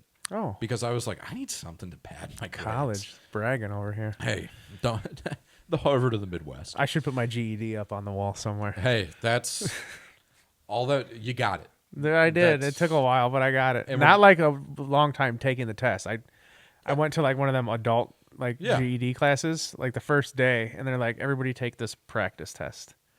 And then like I took it, and like the teacher came up to me. He's like, "What are you doing here?" I was like, "I came here to get my GED." He's like, "Go take the test." I was like, "Nah, I want to like brush up on stuff and Yeah. like make sure I pass it." He's like, "Go take the test." We all arrive at the same locations at different rates. Yeah. And I just remember I started a job, and there was a guy who went to UW-Madison. And they just love to jerk themselves off that they went to UW-Madison. Oh, I went to Madison. Okay, you partied a little bit harder than I did, and you paid way more. And he just wouldn't shut up about Madison, so I pulled him aside. I was like, dude, we do the same job at the same company. Like, I don't really care where you went to college at. Forgotten Weapons and kind of my history mind, and then kind of like the take it apart and show me like what decisions were made. Yeah. Because there's a lot of people that are out there where it's just like, oh, the United States should have adopted this over this because of this reason. And it's like, follow the money. How much more would this have costed? Yeah, right. How much more complex would this have actually been? And like, honestly, that's just kind of the stuff that got me into it. And then Ian started shooting more matches with older weapons, and I thought that's what I wanted to do. And it's terrible. Like, bring a Garand to a match, and it's I've seen a couple of that. it's those guys. so you just suffer the entire day. Like you have a Garand on a 1911 45, and it's just like, man, ARs, AKs are fantastic. Are you a 1911 guy? Yes, I shoot them really, really well. I don't own any. I have 2, I guess. I don't think 45 ACP is the be all end all, but if you can hit shit with it, I think it does pretty good. I want, what are they called? 2011s? Yeah. The 9mm ones? Yeah. I want one so bad. So I actually at KCON there was a guy, where he had the TSOS 1911 tanker, which is a smaller slide but still the full frame, in 9mm, flush fit 9-round mags, and I shot that, and that was like shooting a 2011, and I spun the spinner with that out after it got done. They're like $400. I want one so bad. Damn. I think when I first started getting into guns, when I went to like the big Facebook group event thing, there's this lady there and her husband, and I think I had like 2 pistols and an AR at the time, and I was just excited to be there. And she's like, "Oh, you want to shoot this?" And I was like, "If you don't mind." And they just like kept throwing guns at me. Shoot this, shoot this, shoot this. I was like, "This is awesome." They had this 1911 that was a 9mm. It was like a fucking BB gun. Mm-hmm. I was in love with it. I was like, "This is amazing." Full steel 1911s, even if they're single stack 9mm, they just work. Like they're awesome. Especially because they just weigh so much. Yeah. Triggers are typically going to be good on a 1911, so you know that can also help. I don't know how hard it is to mount a red dot on a 1911. You don't see too many of them out there, but that's because FUDs are always just I don't need a scope to hit shit. 2 world wars. Yeah. What about Vietnam? So there's like in terms of like what I got into firearms with, it was kind of just like taste, and then a Red October was coming up when I was getting done with college. You went to Red October? I went to Red October not knowing anyone, didn't talk to anyone, and slept in the back of my CRV and left. Wow. Like, literally. What did you place? I couldn't even tell you. Cool. Like, I don't even know. I don't know how I signed up. Like, I forget. Like, I know that I, like, sent money to somebody and I showed up there. Yeah. But it was one where I'd watched Forgotten Weapons in range and a couple other guys on YouTube. They shot the year before. They were like, "You have to shoot this." Not to me specifically. I don't know them. But they were like, "This is the match to shoot." And it was in Utah. And I remember I cannonballed out there, sleeping in the back of my car. And I had just bought an NPAP, which is a Yugo 7.6. Version, right? Yeah, there was the OPAP, then there was the NPAP. And everybody hates all of them. It's actually the rifle I'm shooting tomorrow. It's the first rifle I ever bought. There you go. I went in to buy it's the VZ58, the kind of like AK looking one. Yeah, I know what you're talking Because about. I walked into Fleet Farm one day, and then I was like, "Oh, I got to go to the bank to get cash to buy it," and came back, and the VZ had sold. Oh wow! And there was that rifle, which was a fixed stock, and then there was an underfolder. I was like, "Oh, I really want the underfolder," and I put the underfolder up to my shoulder. And I'm short, and I got kind of short arms. Yeah. So, and the underfolder, the length of pull was just a little bit too much. And the kid behind the counter, who knows fuck all about anything. Oh, dude, that's the worst. Was just like... It's a whole other subject. Yeah, he was just like, yeah, no, it's like the underfolder's a vibe. And I was like, I don't really like this. Give me the fixed stock. And the fixed stock was $4.99. And I remember I felt like I got hosed because I paid $87 for 1,000 rounds of... like Red Army Standard. Oh, that must suck. And I was just, oh man, bring back those days. $87. Good God. Yeah, I think the last one that I paid for was like $4.29 or something like that. I just paid like, I think it was just under 4. Yeah, and or under 5. I mean, I took it out. I knew I could hit stuff at 50, and I literally like mag dumped into trash and shot tannerite for the first time with my buddy in a field. And then I was like, well, I'm going to Red October. Didn't tell anybody. Like, literally. Like, did you call your parents? No. Like, I didn't. I think because it was right at the end of my senior year, or was it the start of my senior year? I can't remember which. And cannonballed out there.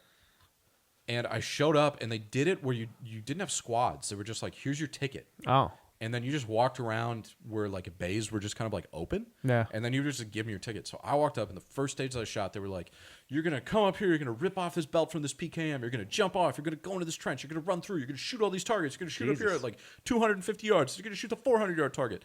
And I was like, "I've never shot past 50. I have 3 PMags and a Chi-Com chest rig. Oh, yeah. I'm sunburned to hell." Oh, I believe that. And I was just like, "All right." And the guy was like, "You ever shot a belt fed before?" And I was like, "No." "You ever shot a full auto before?" "No."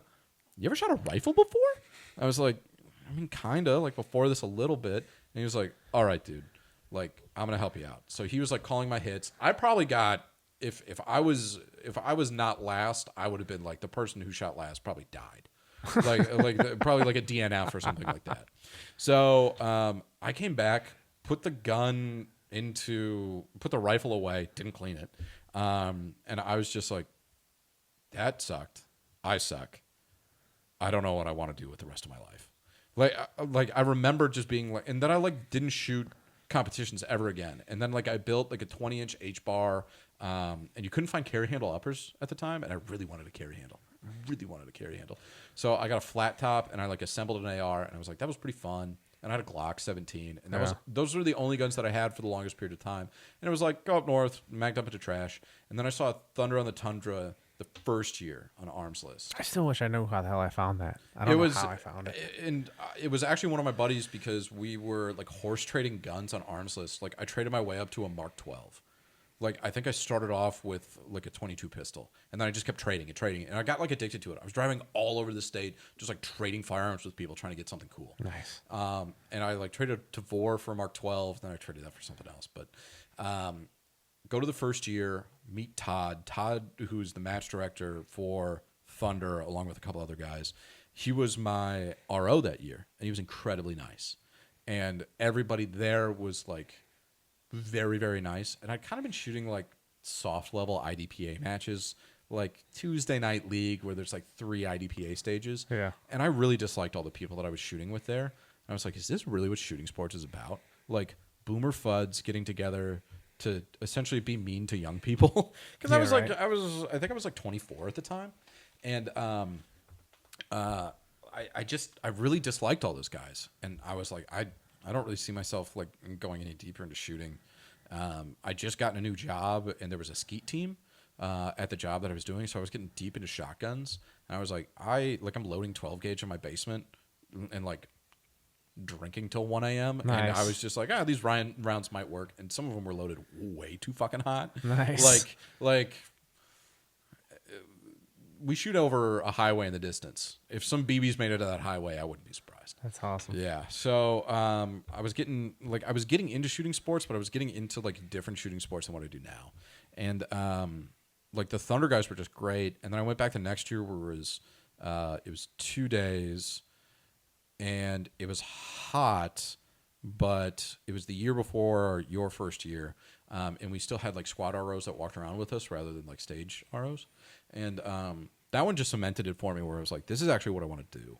And kind of coming from a mechanical background, like ARs, they're so simple. Like they really are. They're almost over-engineered in their simplicity. What I mean by that is it's just like, look at where the brass is ejecting. Yeah. Is it ejecting in a way that you don't want it to? Put a heavier buffer in. Did that not work? Put a changeable gas tube on it. Oh, well, if you don't like the front sight post, rip that off and put a free float on. And like, you don't build ARs, you assemble them. Yeah. So I like, whenever I go back and I shoot a match with an AR, I'm like, this is just cheating. It's so simple. It's just like, I haven't whatever. shot an AR in a very long time. If you went back, you would be like, this is dumb. It's like shooting a 22. Dude, and this guy at work just got into guns, like at the worst time possible in the state I live in. And he like bought a pistol, got all excited, acquired an AR. And then I was like, you want to go to the range? Because there's like a range 10 minutes from where I work. I was like, we'll go after work one day. He's like, oh yeah, man, that'd be awesome. So we go out there and we're just shooting, there's 100 yards. There's all this metal shit to shoot at. And he's all excited, man, I hit it, and I'm just like, awesome. He's got a big kid smile on his face. And I was like, you want to shoot my AK? He's like, if you don't mind. I was like, fucking have at it. He shoots it a few times. Man, that's awesome, dude. It just feels different. I was like, I know, it's awesome. Yeah. Yeah. And he's like, "Do you want to shoot my AR?" And I'm like, "Yeah, Being polite, not to. yes." Yeah. I don't want to be a dick. I shot 2 rounds out of that thing. The first shot, I was like, "Ugh." And I'm not shitting on ARs. It just No. feels different. It's And I took that second shot, and I was just like, "Here you go." yeah. I really like ARs too. I shoot. I have a 300 black that I like. I built an AR 180 that from Brownells in Yeah. 300 black, and I SBR'd it, and I have a Sandman L that's on it, so it's like an 8-inch barrel with a 9-inch cannon. Nice. And shooting subs out of that, it's still a little poppy, but I really like it. But I liken it's like if you want to go out and you want to buy a modern day sports car, where it's like, I don't really want to have to work on it. Like, it runs well off of pump gas. Yes. And like, there's a bunch of parts for it because they're still being made, and I don't have to get Ivan on the phone in Belarusia and like import parts that may or may not be irradiated. Like that to me is like the AR. Yes. If you want a classic car, I was just gonna say it. Yes. a classic car where you still have to deal with like carburetors, and Yeah. you have no disc brakes, and you're talking to Dale in Fresno to try to get like a trunk lid for your 68 Duster. Yeah, right. That's more of what like AKs are to me, and I think like AKs are the last rifle design from World War II. 1947, like, yeah, there were some modernizations that came out of that, but if you look at the internals and you look at the gas system, it's straight out of the 40s. Yeah. And if you're a history buff or like you kind of like the way that things work, like just looking at the internals of an AK, like everything is apparent to you. It's all just out in the open. So that's kind of what drew me into it. Also, you're shooting like 30 cals sick. Like you're shooting 123 or 124 grain, round that is kind of ignorant of barrel length. Like there were some people on our squad where they were shooting like 10-inch Dracos at 600 yards and making hits. Yeah. Like you kind of can't do that with 5.56. No. So like it's definitely a platform where it's obsolescent. It's not obsolete. Ooh. You can still compete really, really well with it. And people say, oh, they don't modernize as well as ARs. Cool. The United States has been at war with somebody since like 1949. Yeah. And we just have a different military industrial complex than anybody else in the world. The Russians were more so focused on, it's like a difference in doctrine. And I know that we're competition shooters, and I don't want to get too deep into like what people think about, like what organizations and governments think about things. But like if you look at an AK and you look at an AR, AKs have been in conflicts, but they've been in conflicts that weren't like massive military operations. They've kind of always been on the losing side too. But I don't think that's the AK's fault. But like they've all been kind of by like governments and like dictatorships where it's just like, okay, we just got to get everybody a rifle. Yeah. And AKs are kind of the easiest way to do that. And if you're arming conscripts, magazine goes in, pull back on lever, push down on lever, pull back on handle, let it go forward. You're shooting. Yeah. Well, and plus all those countries after, Russia came out with it, everybody else after the fact was buying rights or getting rights to acquire the prints for it. They were getting the tech docs. It was just stamp them out, stamp them out, stamp them out. It took them a long time in order to be able to stamp them out. Yeah. For whatever reason, the Russians took forever in order to get, stampings rights. But then you've got the Type 1s, which are milled, which are sick. Yeah, there's one right there. Yeah. Like milled AKs, I think, are probably the most interesting. Oh, I love my AKs. SAM 7. They're the best. I want to get a SAM 5 so bad. I really we do start too. talking about want list, we'll be here a while. Oh, if wants were wishes, let me tell you. But like that, and I could talk about rifle platforms all day. Like I love G3s, I love FALs, because I like the history of them, and you can look at each one and you can kind of say like, what problem were they trying to solve? Yeah. And then was their solution good or not? Well, it's like you can get in the argument with like how Galils are not AKs. And I'm like, they're not. They're AKs that go to the gym every day. Yes. That's what I say a Galil is. Yeah. If you've ever met an Israeli, gold chain, a lot of chest hair, beach body Speedo. That's what a Galil is. That is not a Russian guy. Yeah. And if you've ever met a Russian, No chain. That's not him. No tan. Tracksuit. Never seen the sun. Yeah, maybe works out. Well, he works out in an empty parking lot with like cinder blocks tied to either side of everything. Just chin ups and push ups. A big burpee culture, I'm told. Really? Yes. I could see that. Yeah, yeah. I hate burpees with a passion. I like making people do them on the clock if I'm going to design a stage. Ooh, fuck you. Yeah. That's brutal. If you've never done a Casarda, I think that's like the drill, which is you have to throw a kettlebell, and you run forward, prone next to the kettlebell, shoot like 3 pieces of steel, stand up, throw the kettlebell, move to where the kettlebell's at, lay down. And so you're essentially doing burpees all the way along, and do that for like 100 yards. Is this like, have you guys started designing stages for Thunder yet? I'm thinking about it. I really haven't had that much input on it. Okay, thank Todd, you. I'll be calling you. Scott, I'll also be calling you. Austin, I'll be calling you. We'll have a melding of minds. I think that's if I could do a class, take a class, have a forum, do a TED talk, where I could get everybody together who like design stages. I would just want to do like a theory of stage design. I wanted to sponsor a stage this year. Yes. Brandon threw the idea at me for AK All Day. Yes. To sponsor a stage. I was like, fuck it, I'll do it. And then I don't know.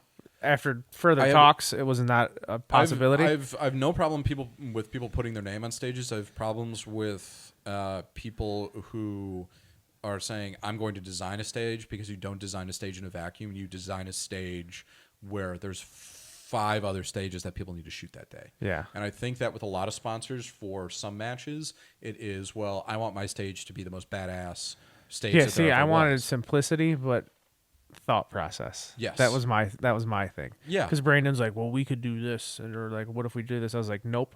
I was like, at the beginning, they get a Yahtzee cup with a die in it. Mm-hmm. I was like, you roll it, whatever that number is, that target gets headshots.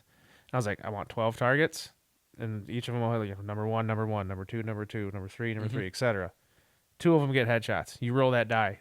If you can remember that number, by the time you get to your target, congratulations. I really like that, actually. I think that a lot of matches that I've recently shot, there's been a focus on what the match directors are good at. Yeah. And in a lot of cases, what match directors are good at is sitting still, hosing targets, and maybe moving heavy objects. And I'm not saying that that's a bad thing, but I would much rather have, I call it off-gun movement, where it's like, let's have like a dump point in like the middle of a stage.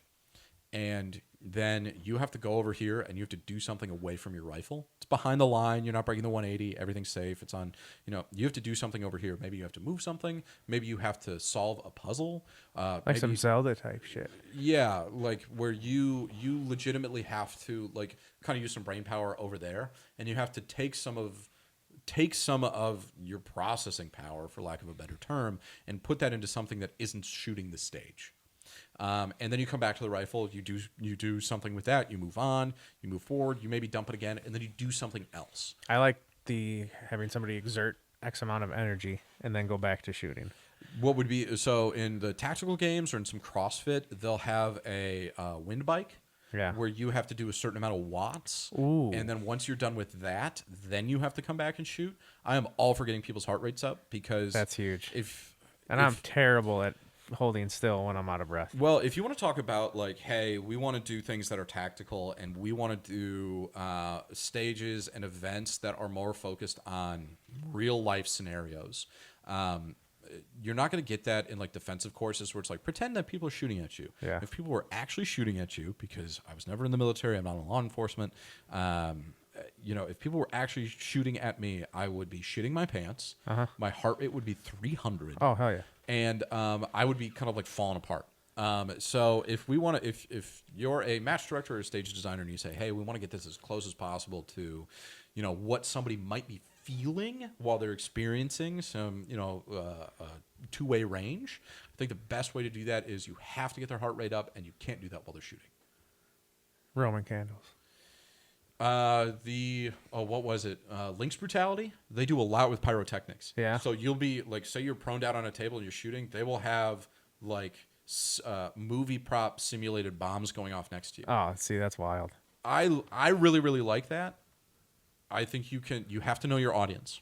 Yeah. Thunder. This is the only match everybody shoots all year. Kind of can't have bombs going off next to you while you're shooting. Hey, these are really kind of competent shooters that come from all over the country in order to do this.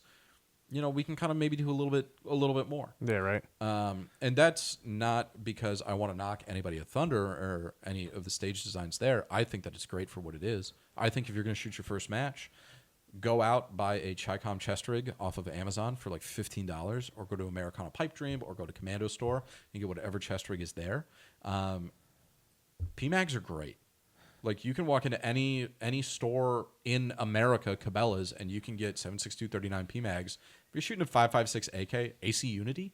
Oh, dude, I love AC those. Unity mags are like $7, and they work AC in like Unity mags. every AK. That I have the pickiest.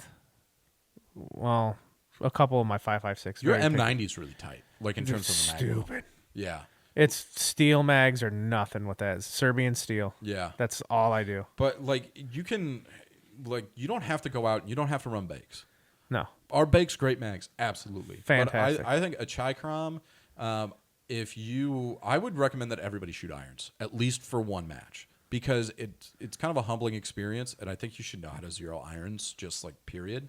But then if you wanted to get a red dot on there, I'd get a Hollow Sun, whatever, and then I would get one of those Aptero mounts. Yeah. Which is, it replaces the rear sight block. I was just talking to them last night about some stuff that was out of stock, and they're supposed to get back to me. I think that they're phenomenal, and you don't have to worry about doing the side rail. I love Ateros. They're not. I got a couple of them. I've got one on the rifle that I'm shooting tomorrow. I love it. If you want to buy I don't know what an American red dot would be. Aim point, maybe like a T2 if you really wanted to say. That's Gucci. I Yeah. wouldn't say it's Gucci, but like, I have an aim point. Thank God for the luck of a raffle. Yeah, but It's expensive, but it is fantastic. if you want to stay from away from Chinesium, I think that's what you kind of have to do. And Maybe I think Swamp Fox is China too. Vortex, which is local to us. yes, I love Vortex. I run their LPVOs. I think that they're phenomenal. I've taken classes at Vortex Edge. If you're in the Midwest and you're like, hey, I want to do some training and I want it to be competition focused and I want to do rifle, especially pistol, I think their pistol pipeline's phenomenal. I can't recommend them enough. They're very affordable and their class sizes are crazy small. The rifle pipeline class that me and two of my friends took, it was us 3, another guy, and like 7 instructors. So tons of one-on-one, very focused in. Some of the things that I had you guys do, where it's like, hey, we're just going to run a little bit, and then how do we get the rifle up to engage a target when we're stopping, coming into position? I learned that from them. nice. I don't know how AK focused they are. They said that you can bring an AK, and I think that they will be able to run anything that you can do with an AK. Anything that you can do with an AR, I should say, you can do with an AK. Right. So I would like Vortex. I love pistol shooting. Have you ever heard of Ben? Is it Stoker or Steger? Stoger? Yeah, he's kind of a controversial guy within USPSA, but he does like long form, hour-long videos on YouTube with him out at the range of like, hey, here is an easy drill that you can do. Here's what I would say a part-time is. Oh. And like, if you maybe aren't in a position to go take a class, maybe you can't afford it, or you're a little intimidated, which I definitely get sometimes, where if I'm going to a larger match, as we talked about here, and it's like I look in the squad and it's like, oh shoot, there's a lot of killers in this. Yeah. But like, in terms of long form content, I don't think that there's anybody that you can learn more for, at least from pistol shooting, that's out there. You know what makes me feel confident when you get into a squad of killers? You look at the roster and you go, well, at least Brandon's here. Oh, jeez. You guys, he's your nemesis. I think so. I think everybody also, you need a benchmark. Yeah. If you're shooting with friends that are always in the squad with you, like Tommy's my benchmark. He beat me by like 2 targets at this year's KCON, which well earned, by the way, buddy. Seriously, like, shot lights out. You earned it. If we were shooting in a different division, you would have been up on the podium. Like, incredible. Yeah. And he's been putting in the work. Oh, yeah. So, like, when I benchmark myself against people where I'm like, okay, we have, I would say, like, similar shooting schedules. meaning like the amount of rounds that we put downrange per month is comparable to each other. And then dry fire, we're probably on the same page. But like you and Brandon, I love the way that you go against each other because he just comes up and he just starts talking shit to you. Yeah. And I think it does kind of get in your head sometimes, which Never. I think is hilarious. Not from Brandon. There was one where we were out doing a practical rifle, and he was like, "You're going to shoot this stage like shit." And he must have put a hex on your gun because your gun fell apart. Oh, yeah. But actually, at KCON this year, his rifle legitimately blew apart. Yeah. And you know what kills me is he doesn't bring a backup. He had issues at KB. he used my gun as a backup, and he shot it better than I did. Yeah.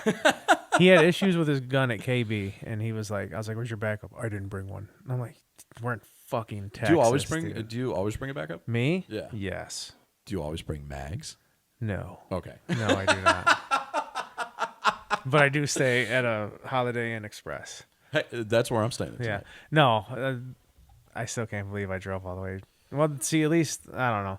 Do you have one, or how many did you actually have? I have one of each caliber. You could do that. You can reload on the clock. I thought I was going to have to. That would have been funny. That would have been terrible. If I could have watched you single load like rounds. Like I in was just fucking hoping Tarkov. there was somebody there who was willing to sell me some mags. I do think it's hilarious that you thought that you would have had to buy mags Yeah. when I have a 5.56 AK that is the same as yours. I was panicking. I had no clue what anybody was shooting. I travel with like 50 mags. See, Like legitimate. and normally I take like a shitload of mags, but like when we went to KB, Tommy was telling me, he's like, "Oh, I was talking to so and so," and he's like, "Why do you bring so many mags? You don't need to bring that many mags. Bring like 4 mags that you know work."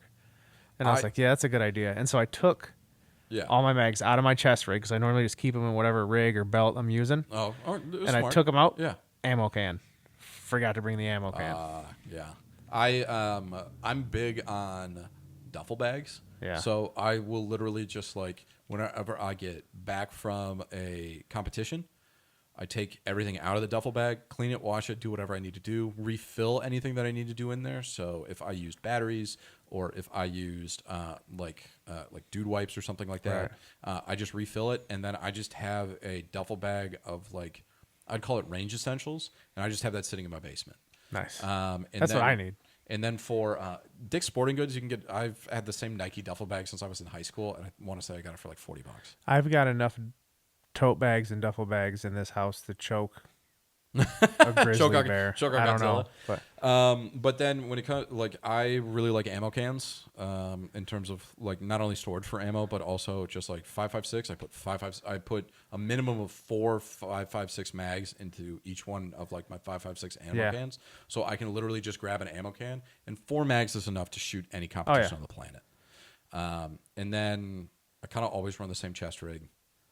I'm moving on from the chest rigs to the belt. That's probably the move, if I'm being honest. I think it is, because honestly, okay, love Davrinoff. Love all of his stuff. But you're holding the total of 4 mags. Yeah. All right, if you got a 3-cell rig, you got 1 in the rifle. Yeah. What stage am I really burning up 4 mags? I think it's different if you are like for team stages at KCON where you're limited to 10 rounds. Yeah. Okay. See, that's different. Yeah. If there are specific ones, one problem that I've run into with chest rigs is one of my favorite chest rigs is a Haley, and it's a 4-cell, and then it has 4 pistol mags on the front of it. Ooh. And when I put that on top of plates, I can't go prone. Yeah. See, that's another thing. So, but like. Okay, mag restrictions aside, you're using. There's not a stage I can think of that I've shot yet where I've needed a full 3, well, maybe 3 mags, not 4. I've gotten to 3. But see, then I get in my own head, and it's like, what if this mag doesn't work? So I think that's a better question. Is like if a mag fails, and you only have 3, now you're down to 2. Yeah. So that would probably be kind of the only pushback argument that I could see against it. Last year at Thunder, I ran 3 mags in a belt, and I had 1 in the gun. I also cheated last year, so cool.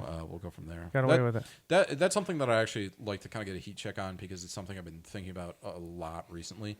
KCON, a lot of guys were shooting Galil Aces that weren't rock and lock. That were not rock and lock, so they were AR mag fed. I continually go back and forth on whether. Number 1, whether I would allow it. Number 2, would I create its own separate division for them to shoot in? Probably gonna get hate for that. I don't think I should be allowed. How many other rifles in there are not Rock and Lock? Yeah. If you showed up with like the definitive arms magwell conversion, where then you took like an actual AK, like a true AK, like an M90, and then you converted it to take AR mags, I would be like, I think that's a gamer move. I think it's congratulations. Yeah. But I would say you can shoot, but you can't shoot for score. It's gonna go both ways. There's gonna be people who say yes, it should be allowed. Yes, it shouldn't be. But if it's an AK match, you're trying to keep it as true to the platform as possible. Yeah. And if somebody says, well, this will get more people into shooting AK matches, hey, you know what? That's great. Yeah. I would encourage you to go out and you can buy just about as cheap an AK as you want. 7.62 by 39 is still available. You can get a 5.56 AK if it's really about ammo restrictions. That's the move right now. Where if you don't want to stack deep on something else. But, 5.56 AKs, as we just talked about, you can get AC Unity mags. You can get Zastava mags. You can get Circle 10 mags. It used to be with 5.56 AKs, it was kind of hard to get mags. Yeah. Like there were Bulgarian Circle 10s, but that's not a problem anymore. You can get pot arms followers, where you can convert 74 mags, which I've actually been really successful with. But I want to keep the Rock and Lock.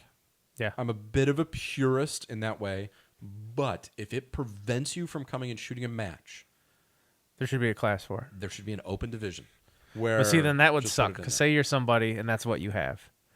And most of those pro guys, that's what they're rocking. Which is fine. Then they're in their own open division. Yeah, but then like, what if you're the one guy who's like, this is what I bought at the gun shop. The gun shop it was used. It's not Rock and Lock. Well, I was in a division with him this year in terms of being in Magnified. Yeah, me too. And that's stupid. That was a stupid decision on my part. I like shooting LPVOs. I think I shoot them well. I do think that it gives me an advantage. Yeah. Where, I can go to 1 or I can go to 4 or I can go to 8. I have one LPVO and like many of my other guys, I've never used it. It sits there. It's the M90 and it just sits there. To be so blessed. Yeah. You don't want my problem. I won one site and I'm like falling apart. Dude, that was a fucking sweet win. I was envious. Not envious, happy for you, but like, damn, that's the site. It really is. I want a 507 comp in green, which I have never had a green dot before. I'm really excited about it. I love green. But kind of getting back to the division changes. If you're gonna run an LPVO and a red dot offset to the other side, make it open. I think that there are, if you're gonna run a huge comp, kind of on the side, I'd like to see a little bit more division restrictions. Yeah. Because I think that makes it more attainable. Hey, that guy that has the AR fed, ace. Yeah. Okay, shoot it in irons. I'd allow it in irons. Yeah. Because now open division, okay, well, if you have that magazine fed, have it be a point system where then you have to like walk it down to kind of be through there. Now, then the argument would be, well, how many prizes do people really want? And now there's so many divisions. And now do you want? KCON for years did light rifle, which was 5.56 versus 7.62 39. Right. 5.56, 5.45 being in its own division, and then it having magnified, non-magnified irons. Right. I thought that was very smart.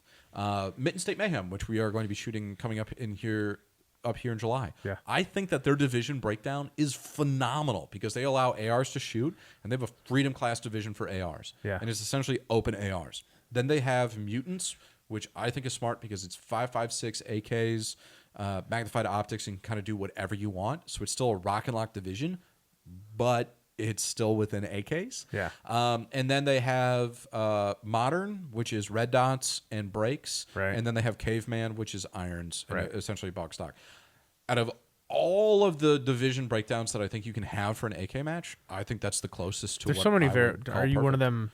Do you believe that if you're shooting irons, you should have irons on your pistol on a 2-gun? Yes. Yeah. Yep. At KCON, I wish that there were more restrictions on pistols because if somebody shows up and somebody was shooting an $8,000 Nighthawk, excellent. My $300 dagger is going to be shooting the same thing. Right. And I think if you're shooting open, you can do whatever you want with your pistol. If you're shooting magnified optics, you can have a red dot on your pistol. Still the same mag restrictions, but you can't run a comp. And then irons is what I would like to see. Now, the other problem that I think some matches have is like, are you going to go through and check everybody's rifle? Yeah, right.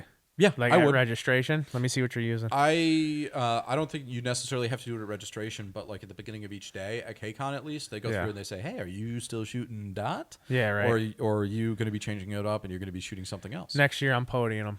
Magnified optics or magnified irons. That's what I'm doing. Magnified irons? Magnified irons. You just wear like a really intense monocle or Boom. like a spyglass. Yeah. Like you magnify Just like a the pirate. other eye. Yeah. Yeah, just whip that bad boy out. R. Exactly. What I think the only other AK match that I really want to get to is Masters. I think I'm gonna shift some stuff around next year and try to get to Masters over a different one, but I don't know which one I want to X out.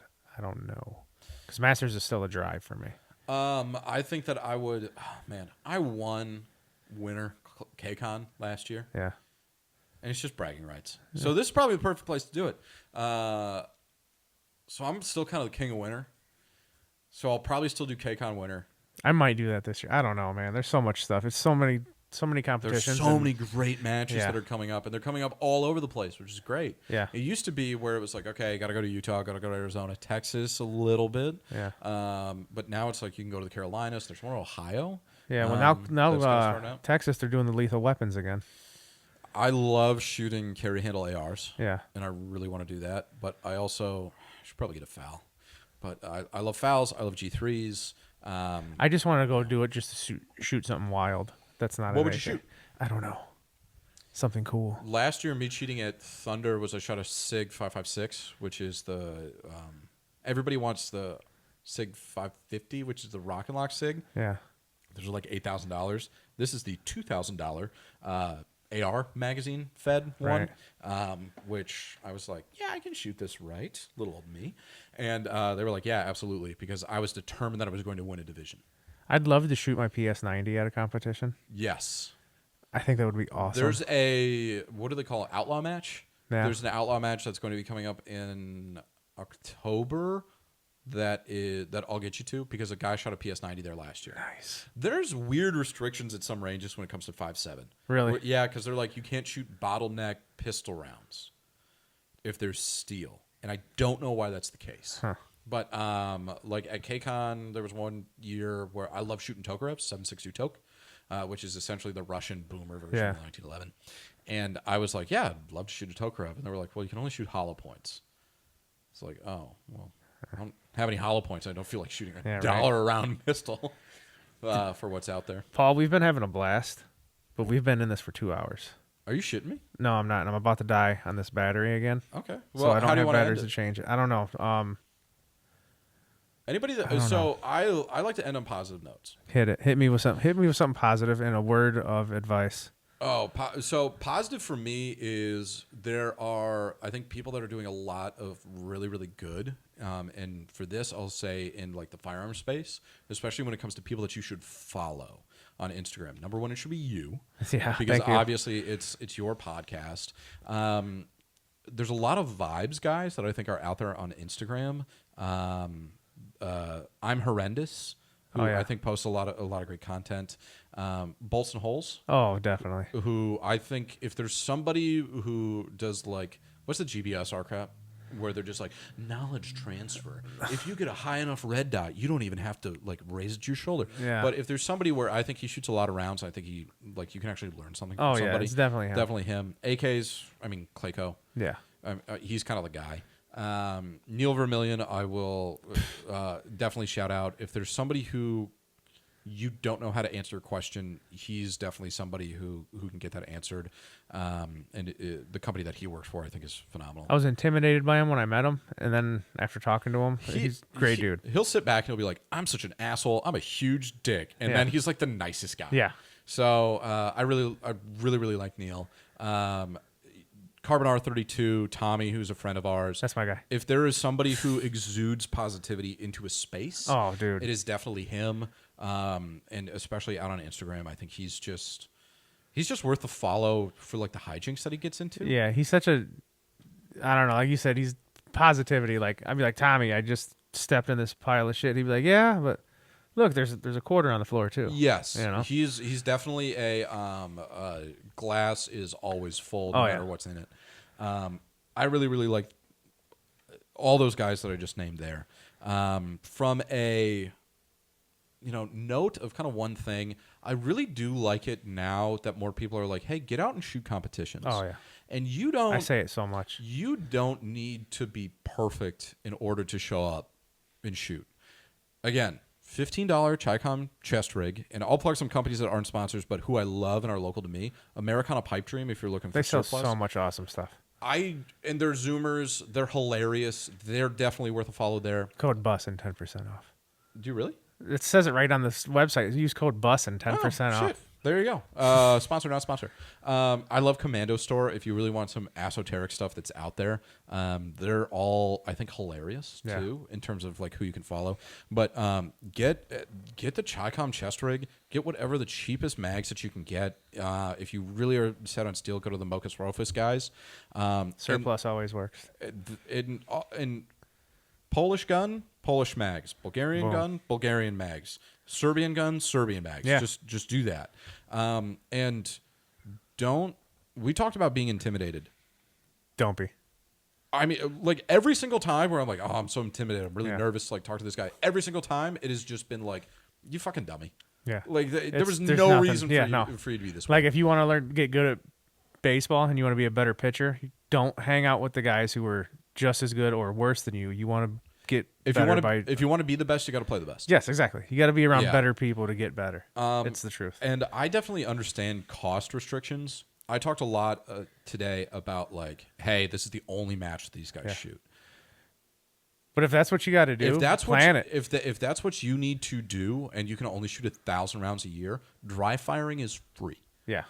Sit in your basement, put up a target, work on mag reloads. Yeah, and like if you've got questions, you can reach out to either of us. I get a lot of questions, especially on I feel like a weirdo because my YouTube. I'll get bloop. I'll be laying in bed at 2 a.m.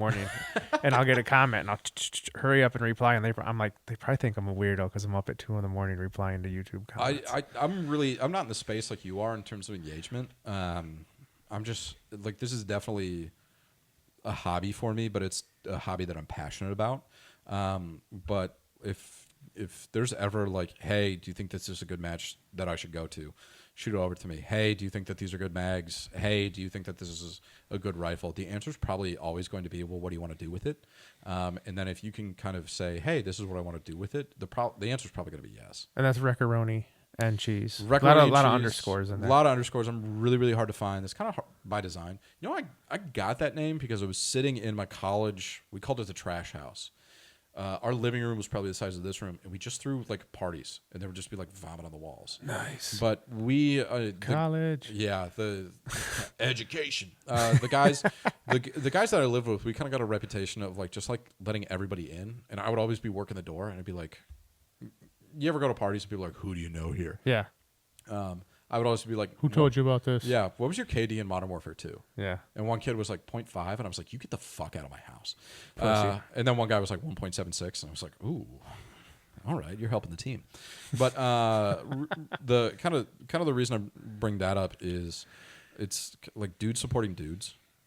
But the reason I got the name Macaroni and Cheese is I was sitting there, and one of my good friends, Katie, she was just like, you should make an Instagram. I was like, Instagram's for girls. I don't really care. Like, what am I going to take pictures of? Yeah. She was like, it doesn't matter. But your name should be Macaroni and Cheese. And she like spelled it out for me and wrote it down. And I was like, oh, that's pretty cool. And I've been doing it ever since. If you scroll back far enough, I just like take pictures of my shoes, and then I would just like put filters over it. Yeah. Or I'd take pictures of my friends, and then I would just put filters where it made them look like they had jaundice. I had to make a different one. My other personal. Did you get suspended? Have you ever been banned? I wouldn't say I've been.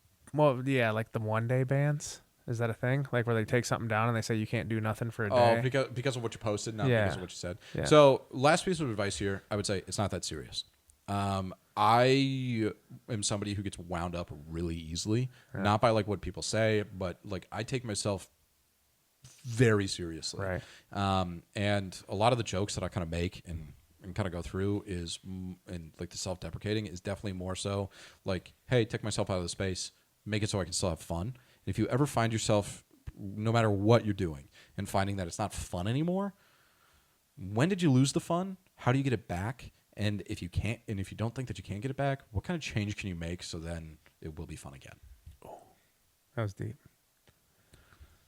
Paul, I hate to cut it short. We're probably gonna have to do a part 3 and 4 because I love talking to you. Yeah, I'm always passing through, and we could probably do something online. But this is We'll make it happen. definitely the end of part 2. I'm gonna have to cut this into 2 parts, which is great for me for content. Hell yeah. But Numbies. Yeah. Numbies. this is the Shooter Are You Ready video/audio podcast, and I appreciate everybody that has watched and or listened. Make sure you like and subscribe. Yeah, hit that hit like, that, subscribe. hit that notification bell so that whenever he's posting. When do you post? Sundays? I try to do every other Sunday. Every other Sunday, and we're like, is this going to be different off your main channel or? No, I think I'm just gonna throw it in there. I'm Perfect. hoping to do at least one of these a month, maybe yeah. every other. I don't know. We'll see what happens. If I could say who you should talk to next, it's got to be Tommy. Oh, I want to so bad. That's going going to to be like part 5. Jeff is hilarious. Oh, El Jefe. Yes. If you need a guy to cover promo, that's got to do. You know what I'm saying. But All right. thank you all very much, and I appreciate it. See you next time. And scene. Scene. I really thought it was going to be hard to talk for an hour, and then I couldn't shut the fuck up. Dude, that's how it works.